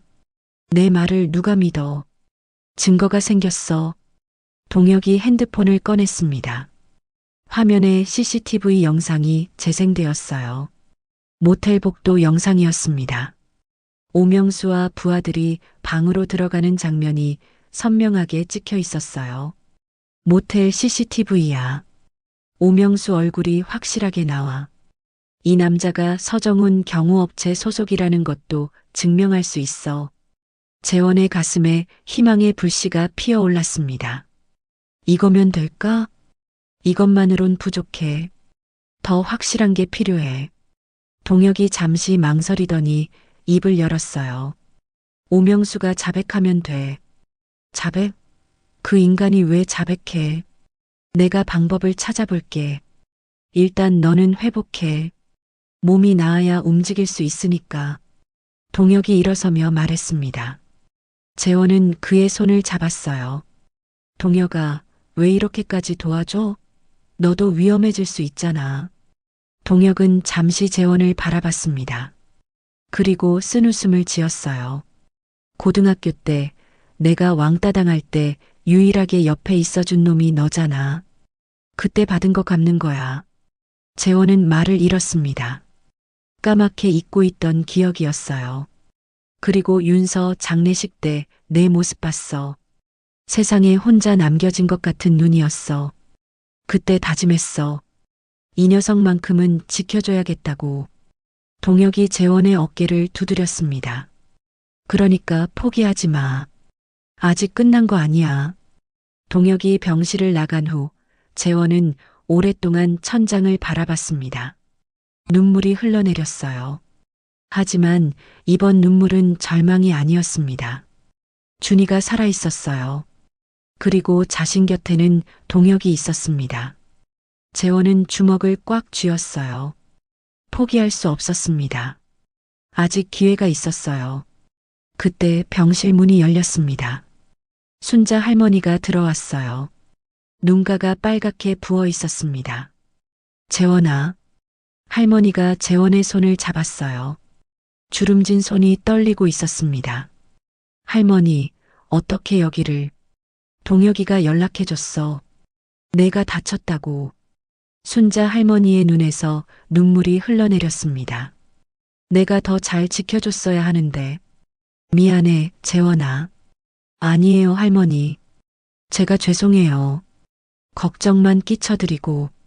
재원도 눈물이 났어요. 순자 할머니가 재원의 손을 꼭 쥐었습니다. 재원아, 포기하지 마. 준이 꼭 되찾아야 해. 할머니가 응원할게. 재원은 고개를 끄덕였습니다. 따뜻한 손에서 힘이 전해져 왔어요. 혼자가 아니었습니다. 동혁도 순자 할머니도 곁에 있었어요. 재원은 결심했습니다. 반드시 일어나겠다고. 준이를 되찾겠다고. 서정훈의 악행을 밝혀내겠다고. 창밖으로 해가 지고 있었습니다. 어둠이 내려오고 있었지만 재원의 마음에는 작은 빛이 켜졌어요. 가장 어두운 밤이 지나면 새벽이 옵니다. 재원은 그 새벽을 향해 다시 일어설 준비를 하고 있었습니다. 그날 밤 재원은 처음으로 밥을 먹었어요. 순자 할머니가 가져온 죽이었습니다. 미역죽이었어요. 윤서가 좋아하던 음식이었죠. 할머니, 이거 윤서가. 알아. 그래서 끓여왔어. 순자 할머니가 미소 지었습니다. 재원은 한 숟갈씩 천천히 먹었어요. 따뜻한 죽이 몸속으로 스며들었습니다. 힘이 나는 것 같았어요. 준이를 되찾을 거야. 반드시. 재원은 마음속으로 다짐했습니다. 아직 끝나지 않았어요. 싸움은 이제 시작이었습니다. 퇴원 후 일주일이 지났습니다. 재원은 순자 할머니 집에 머물고 있었어요. 옥탑방은 위험했습니다. 서정훈 쪽에서 감시하고 있을 수도 있었으니까요. 무릎은 아직 아팠지만 걸을 수 있을 정도로 회복됐어요. 그날 저녁 동혁이 찾아왔습니다. 표정이 밝았어요. 무언가 좋은 소식이 있는 것 같았습니다. 재원아, 드디어 찾았어. 뭘? 오명수의 약점. 재원의 눈이 반짝였어요. 동혁이 서류 봉투를 꺼내 테이블 위에 펼쳤습니다. 오명수가 3년 전에 폭행 사건에 연루됐어. 피해자가 중상을 입었는데 당시 서정훈이 합의금을 대신 물어줬어. 그때부터 오명수는 서정훈한테 충성하게 된 거야. 그래서 오명수한테 선택권을 주는 거야. 자백하면 이번 것만 처리되고 안 하면 3년 전 사건까지 다시 수사받게 될 거라고. 재원은 고개를 끄덕였어요. 오명수가 자백하면 서정훈의 범행을 증명할 수 있었습니다. 그리고 재원아, 더 중요한 걸 찾았어. 동혁이 다른 서류를 꺼냈어요.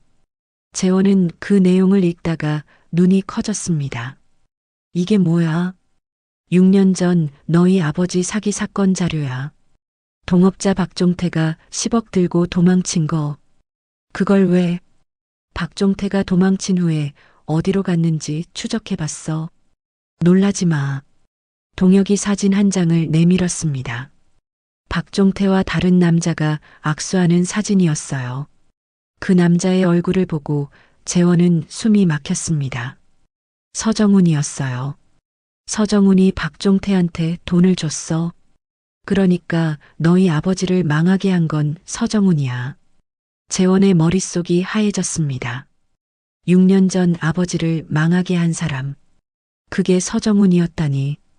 우연이 아니었어요. 모든 게 연결되어 있었습니다. 왜 우리 아버지를?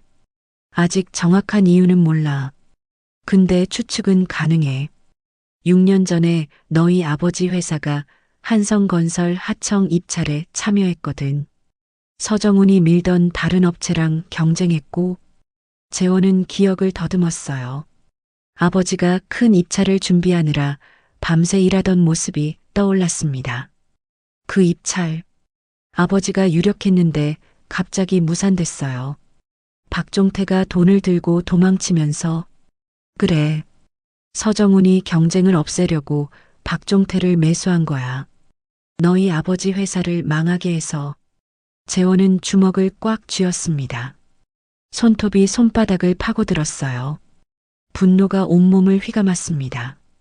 서정훈은 아버지를 망하게 했고 준이를 죽이려 했고 자신을 유괴범으로 몰았어요. 한 인간이 어떻게 이럴 수 있을까요? 재원아, 이제 서정훈을 끝낼 수 있어. 동혁이 진지하게 말했습니다.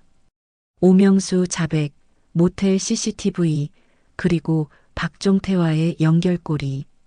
이 세 가지면 서정훈을 법정에 세울 수 있어. 근데 서동환 회장은? 회장님이 서정훈을 믿고 있잖아. 그래서 회장님을 직접 만나야 해. 증거를 보여주고 진실을 알려줘야 해.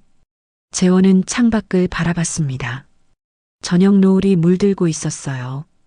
결전의 시간이 다가오고 있었습니다. 어떻게 만나지? 회장님 주변에는 서정훈 사람들이 깔려 있을 텐데. 방법이 있어. 동혁이 핸드폰을 꺼내 지도를 보여줬어요. 서동환 회장이 이번 주 일요일에 제주도에 가. 선친묘소 참배야. 매년 이맘때 가더라고. 제주도? 응. 서울보다 경호가 느슨해. 그리고 제주도에는 서정훈 세력이 약해. 거기서 접근하면 돼. 재원의 가슴이 뛰었어요. 기회였습니다.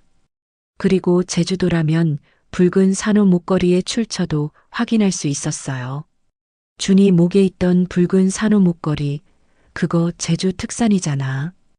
회장님한테 보여주면 증거가 될 수도 있어. 맞아. 그 목걸이는 서민호 전무가 아들 태어났을 때 직접 제주에서 맞춘 거래. 세상에 하나뿐인 거야. 재원은 고개를 끄덕였어요. 모든 조각이 맞춰지고 있었습니다. 근데 재원아, 문제가 있어. 동혁의 표정이 어두워졌습니다. 너 아직 유괴 용의자로 수배 중이야. 공항에서 잡힐 수 있어. 그럼 어떡해? 내가 방법을 찾아볼게. 일단 준비해. 일요일까지 며칠 안 남았어. 동혁이 돌아간 후 재원은 오랫동안 생각에 잠겼습니다. 서정훈과의 마지막 대결. 이번에는 절대 지면 안 됐어요. 순자 할머니가 다가와 재원의 어깨에 손을 얹었습니다. 재원아, 무슨 생각해? 할머니, 저 제주도 가야 할 것 같아요. 제주도? 왜? 재원은 상황을 설명했어요. 순자 할머니는 조용히 듣고 있었습니다. 위험하겠네. 네. 근데 이게 마지막 기회예요. 서동환 회장님을 만나서 진실을 알려야 해요. 순자 할머니는 한참 동안 재원을 바라봤어요. 그리고 고개를 끄덕였습니다. 알았어. 근데 조심해. 꼭 돌아와야 해. 네, 할머니. 꼭 돌아올게요. 재원은 할머니의 손을 꼭 잡았습니다. 따뜻한 온기가 전해졌어요. 그날 밤 재원은 잠들기 전 윤서의 사진을 바라봤습니다. 액자 속에서 윤서가 웃고 있었어요. 윤서야, 나 이제 끝내러 가. 준이를 구하고 아버지 원수도 갚을 거야. 재원은 사진에 입을 맞추고 눈을 감았습니다. 창밖으로 별이 빛나고 있었어요. 같은 하늘 아래 어딘가에서 준이도 잠들어 있을 거예요. 재원은 준이의 얼굴을 떠올렸습니다. 까만 눈동자, 작은 손, 분유 먹고 웃던 모습. 준아, 아빠가 꼭 데리러 갈게. 조금만 더 기다려. 모든 준비가 끝났어요. 이제 제주도로 가서 서동환 회장을 만나야 했습니다. 그리고 서정훈의 악행을 밝혀야 했어요. 마지막 싸움이 시작되려 하고 있었습니다. 일요일 아침 제주도. 재원은 새벽배를 타고 제주에 도착했습니다. 동혁이 마련해준 방법이었어요. 공항은 위험했기에 목포에서 야간 페리를 탔습니다. 12시간이 넘는 긴 여정이었지만 무사히 도착했어요. 제주 바다는 회색빛이었습니다. 겨울바람이 매섭게 불어왔어요. 재원은 외투깃을 세우고 터미널을 빠져나왔습니다. 동혁에게 연락이 왔어요. 회장님 일정 확인했어. 오전 10시에 조천읍 선영에서 참배하고 11시쯤 제주시로 이동해. 이동 경로에서 접근해. 재원은 핸드폰을 확인하고 택시를 잡았습니다. 조천읍까지는 30분 거리였어요. 택시 안에서 재원은 가방을 열어 서류들을 확인했습니다. 모텔 CCTV 캡처 사진, 오명수와 서정훈 경호업체 연결 자료, 박종태와 서정훈의 악수 사진, 동혁이 어젯밤 보내준 오명수 자백 녹취록도 있었어요. 모든 증거가 갖춰졌습니다. 이제 서동환 회장을 만나 진실을 알리기만 하면 됐어요. 조천읍에 도착했을 때는 9시 반이었습니다. 재원은 선영 근처 도로변에서 기다렸어요. 바람이 차가웠지만 긴장감이 추위를 잊게 했습니다. 10시가 조금 넘어 검은색 승용차 2대가 지나갔어요. 재원은 숨을 죽이고 지켜봤습니다. 차들이 선영 입구에 멈췄어요. 경호원들이 먼저 내렸고 그 다음 서동환 회장이 내렸습니다. 멀리서 봐도 노인의 어깨가 축 처져 있었어요. 아들을 잃고 손자가 유괴됐다가 돌아온 후의 모습이었습니다. 뉴스에서 봤던 날카로운 눈빛은 온데간데 없었어요. 재원은 참배가 끝나기를 기다렸습니다. 30분쯤 지나 회장이 다시 차에 탔어요. 차들이 제주시 방향으로 출발했습니다. 재원은 택시를 타고 뒤따랐어요. 미리 확인해둔 경로대로라면 해안도로를 지나 제주시로 들어갈 거였습니다. 함덕 해수욕장 근처에서 기회가 왔어요. 신호등에 차들이 멈췄습니다. 재원은 택시에서 내려 뛰어갔어요. 저기요, 잠깐만요. 경호원이 재원을 막아섰습니다. 뭐야, 당신 누구야? 서동환 회장님 뵙고 싶습니다. 손잡은 서아준 군에 대해 드릴 말씀이 있습니다. 경호원의 눈이 날카로워졌어요. 유괴범 한재원이야. 잡아. 경호원이 재원의 팔을 비틀었습니다. 재원은 고통에 신음했지만 소리쳤어요. 회장님, 저는 유괴범이 아닙니다. 손자분을 구한 사람입니다. 진실을 알려드리고 싶습니다. 그때 차 안에서 목소리가 들렸습니다. 잠깐. 낮고 굵은 목소리였어요. 서동환 회장이었습니다. 데려와. 경호원이 재원을 차 앞으로 끌고 갔어요. 회장이 창문을 내렸습니다. 가까이서 본 회장의 얼굴에는 깊은 피로가 새겨져 있었어요. 내가 내 손자를 유괴한 자야? 아닙니다, 회장님. 저는 손자분을 구한 사람입니다. 진짜 범인은 따로 있습니다. 회장의 눈썹이 꿈틀했어요. 증거가 있나? 네, 있습니다. 재원은 가방에서 서류들을 꺼냈어요. 경호원이 뺏으려 했지만 회장이 손을 들어 제지했습니다. 보여줘봐. 재원은 사진들을 하나씩 보여줬어요. 모텔 CCTV 캡처, 오명수 사진, 서정훈 경호업체 연결 자료. 이 남자가 오명수입니다. 서정훈 부사장 경호업체 소속이에요. 이 남자가 제가 보호하던 아기를 빼앗아 갔습니다. 그리고 이건 오명수의 자백 녹취록입니다. 회장의 손이 떨렸어요. 서류를 받아들고 읽기 시작했습니다. 서정훈이 하준이를 버리라고 지시했다고? 네. 서정훈 부사장이 서민호 전무님 사고 직후에 아기를 없애라고 명령했습니다. 그 부하가 아기를 눈 속에 버렸고 제가 우연히 발견해서 구한 겁니다. 회장의 얼굴이 창백해졌어요. 손에 든 서류가 바르르 떨렸습니다. 그리고 회장님, 이것도 보세요. 재원은 마지막 사진을 내밀었어요. 박종태와 서정훈의 악수 사진이었습니다. 이건 6년 전 사진입니다. 서정훈 부사장이 제 아버지 회사를 망하게 한 장본인입니다. 입찰 경쟁을 없애려고 제 아버지 동업자를 매수했어요. 회장의 눈이 커졌습니다. 오랫동안 사진을 바라보다가 고개를 들었어요. 이게 다 사실이야? 네. 모두 증거가 있습니다. 회장은 한참 동안 말이 없었습니다. 주름진 얼굴에 복잡한 감정이 스쳐 지나갔어요.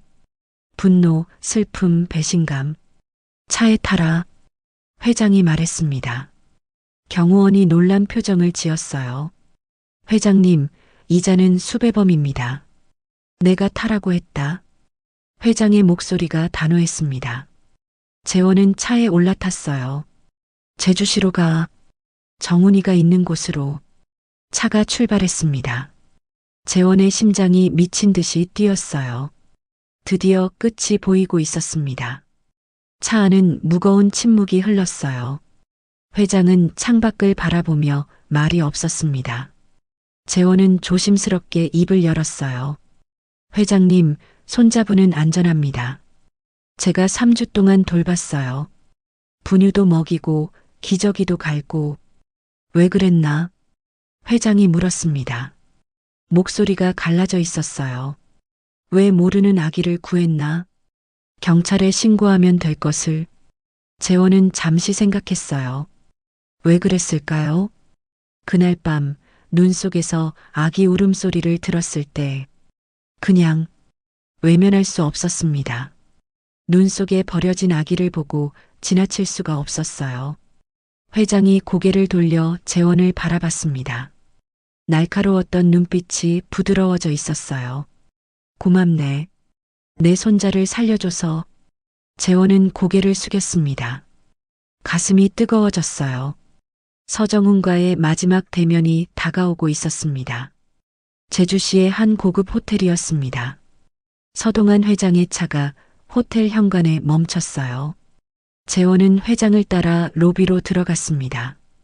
호텔 직원들이 허리를 숙여 인사했어요. 부사장님은 어디 계시나? 스위트룸에 계십니다, 회장님. 회장이 엘리베이터를 향해 걸었습니다. 재원도 뒤따랐어요. 경호원들이 앞뒤로 호위했습니다. 엘리베이터가 최상층에 멈췄어요.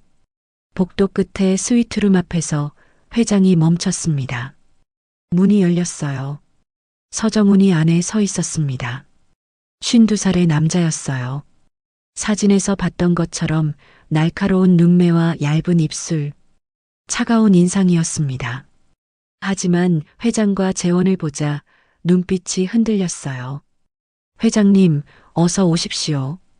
그런데 이 사람은 정훈아. 회장의 목소리가 무거웠습니다. 서정훈의 표정이 굳어졌어요. 안으로 들어가자.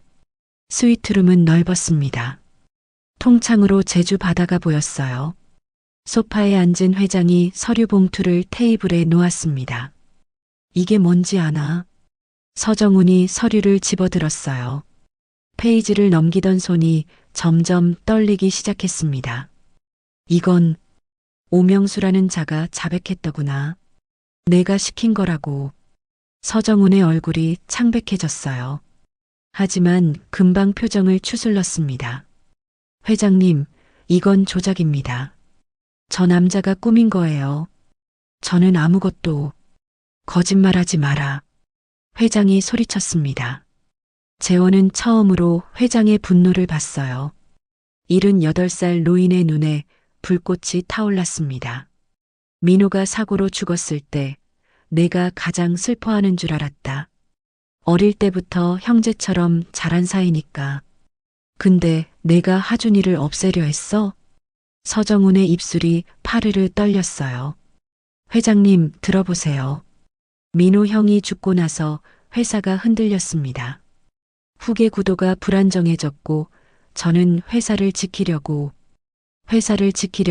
갓난아기를 눈 속에 버렸단 말이냐. 회장의 목소리가 갈라졌어요. 눈에 눈물이 맺혀 있었습니다. 하준이가 내 유일한 혈육이야. 민호를 잃고 남은 전부란 말이다. 그걸 내가. 서정훈이 무릎을 꿇었습니다. 회장님, 잘못했습니다. 제발 한 번만. 그리고 6년 전에도 내 짓이었더구나. 회장이 박종태 사진을 던졌어요. 서정훈의 얼굴이 일그러졌습니다. 입찰 경쟁자를 없애려고 남의 집안을 망하게 했어. 이 젊은이 아버지가 그 피해자야. 서정훈이 재원을 올려다봤어요. 증오와 두려움이 뒤섞인 눈빛이었습니다. 경찰에 넘기겠다. 회장이 일어섰습니다. 내 죄는 법이 심판할 거다. 나는 더 이상 내 얼굴 보기 싫다. 회장이 돌아섰어요. 재원도 따라 나왔습니다. 등 뒤에서 서정훈의 울부짖음이 들렸지만 돌아보지 않았어요. 한 달 후, 재원은 서울 용산의 한성그룹 본사 앞에 서 있었습니다. 모든 게 달라져 있었어요. 서정훈은 살인미수, 유기, 위증 등의 혐의로 구속됐습니다. 오명수도 공범으로 체포됐어요. 재원에 대한 유괴 혐의는 모두 무혐의로 풀렸습니다. 그리고 재원은 오늘 서동환 회장을 만나러 왔어요. 비서가 재원을 회장실로 안내했습니다. 넓은 방 한쪽에 아기 침대가 놓여 있었어요. 그 안에서 하준이가 자고 있었습니다. 왔나? 서동환 회장이 일어나 재원을 맞았어요. 한 달 전보다 얼굴이 밝아져 있었습니다. 고마워. 자네 덕분에 진실을 알게 됐네. 아닙니다, 회장님. 재원은 아기 침대로 다가갔어요. 하준이가 눈을 떴습니다. 까만 눈동자가 재원을 올려다봤어요. 안녕, 준아. 재원이 작은 손을 잡았습니다. 하준이가 방긋 웃었어요. 재원의 눈에 눈물이 맺혔습니다. 자네에게 부탁이 있네. 회장이 다가왔어요. 하준이를 돌봐주겠나? 정식으로 후견인이 되어서. 재원은 놀랐습니다. 제가요? 자네만큼 이 아이를 아끼는 사람은 없어. 내가 늙었으니 젊은 자네가 곁에서 돌봐줬으면 하네. 재원은 하준이를 바라봤어요. 작은 손이 재원의 손가락을 꼭 쥐고 있었습니다. 네, 하겠습니다. 회장이 미소 지었어요. 그리고 자네 아버지 치료비 내가 전부 부담하겠네. 최고의 병원에서 치료받게 해줄 거야. 재원의 눈에서 눈물이 흘러내렸습니다. 감사합니다, 회장님. 창밖으로 봄 햇살이 쏟아져 들어왔어요. 겨울이 지나고 봄이 왔습니다. 재원은 하준이를 안아 올렸어요. 아기가 웃으며 재원의 뺨을 만졌습니다. 폭설이 내리던 그날 밤, 울음소리를 따라갔던 선택이 모든 걸 바꿨어요. 재원은 가족을 찾았고, 진실을 밝혔고, 새로운 삶을 얻었습니다. 준아, 앞으로 아빠가 지켜줄게. 평생. 하준이가 까르르 웃었어요. 그 웃음소리가 방 안을 가득 채웠습니다. 재원은 창밖을 바라봤어요. 서울의 하늘이 맑게 개어 있었습니다. 어딘가에서 윤서도 지켜보고 있을 거예요. 윤서야, 이제 괜찮아. 나 잘 살게. 재원은 마음속으로 말했습니다. 가슴 한구석에 있던 무거운 짐이 내려가는 것 같았어요. 그날 저녁 재원은 순자 할머니 집으로 찾아갔습니다. 할머니가 대문 앞에서 기다리고 있었어요.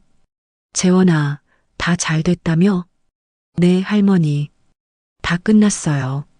순자 할머니가 재원을 꼭 안았습니다. 주름진 볼에 눈물이 흘러내렸어요. 잘했어. 정말 잘했어. 동혁도 달려왔어요. 재원의 어깨를 툭 쳤습니다. 야, 진짜 해냈네. 대단하다. 다 내 덕분이야. 고마워, 동혁아. 됐어. 나중에 술이나 사라. 동혁이 웃었어요. 재원도 따라 웃었습니다. 오랜만에 짓는 진심 어린 웃음이었어요. 이제 진짜 새 출발이었습니다. 오늘의 이야기 어떠셨나요? 이야기가 마음에 닿았다면 더 좋은 이야기로 찾아뵐 수 있도록 구독과 좋아요를 눌러주세요. 그리고 사연의 주인공을 위한 따뜻한 말씀도 댓글로 부탁드립니다. 여러분의 오늘을 응원합니다. 인생은 드라마였습니다.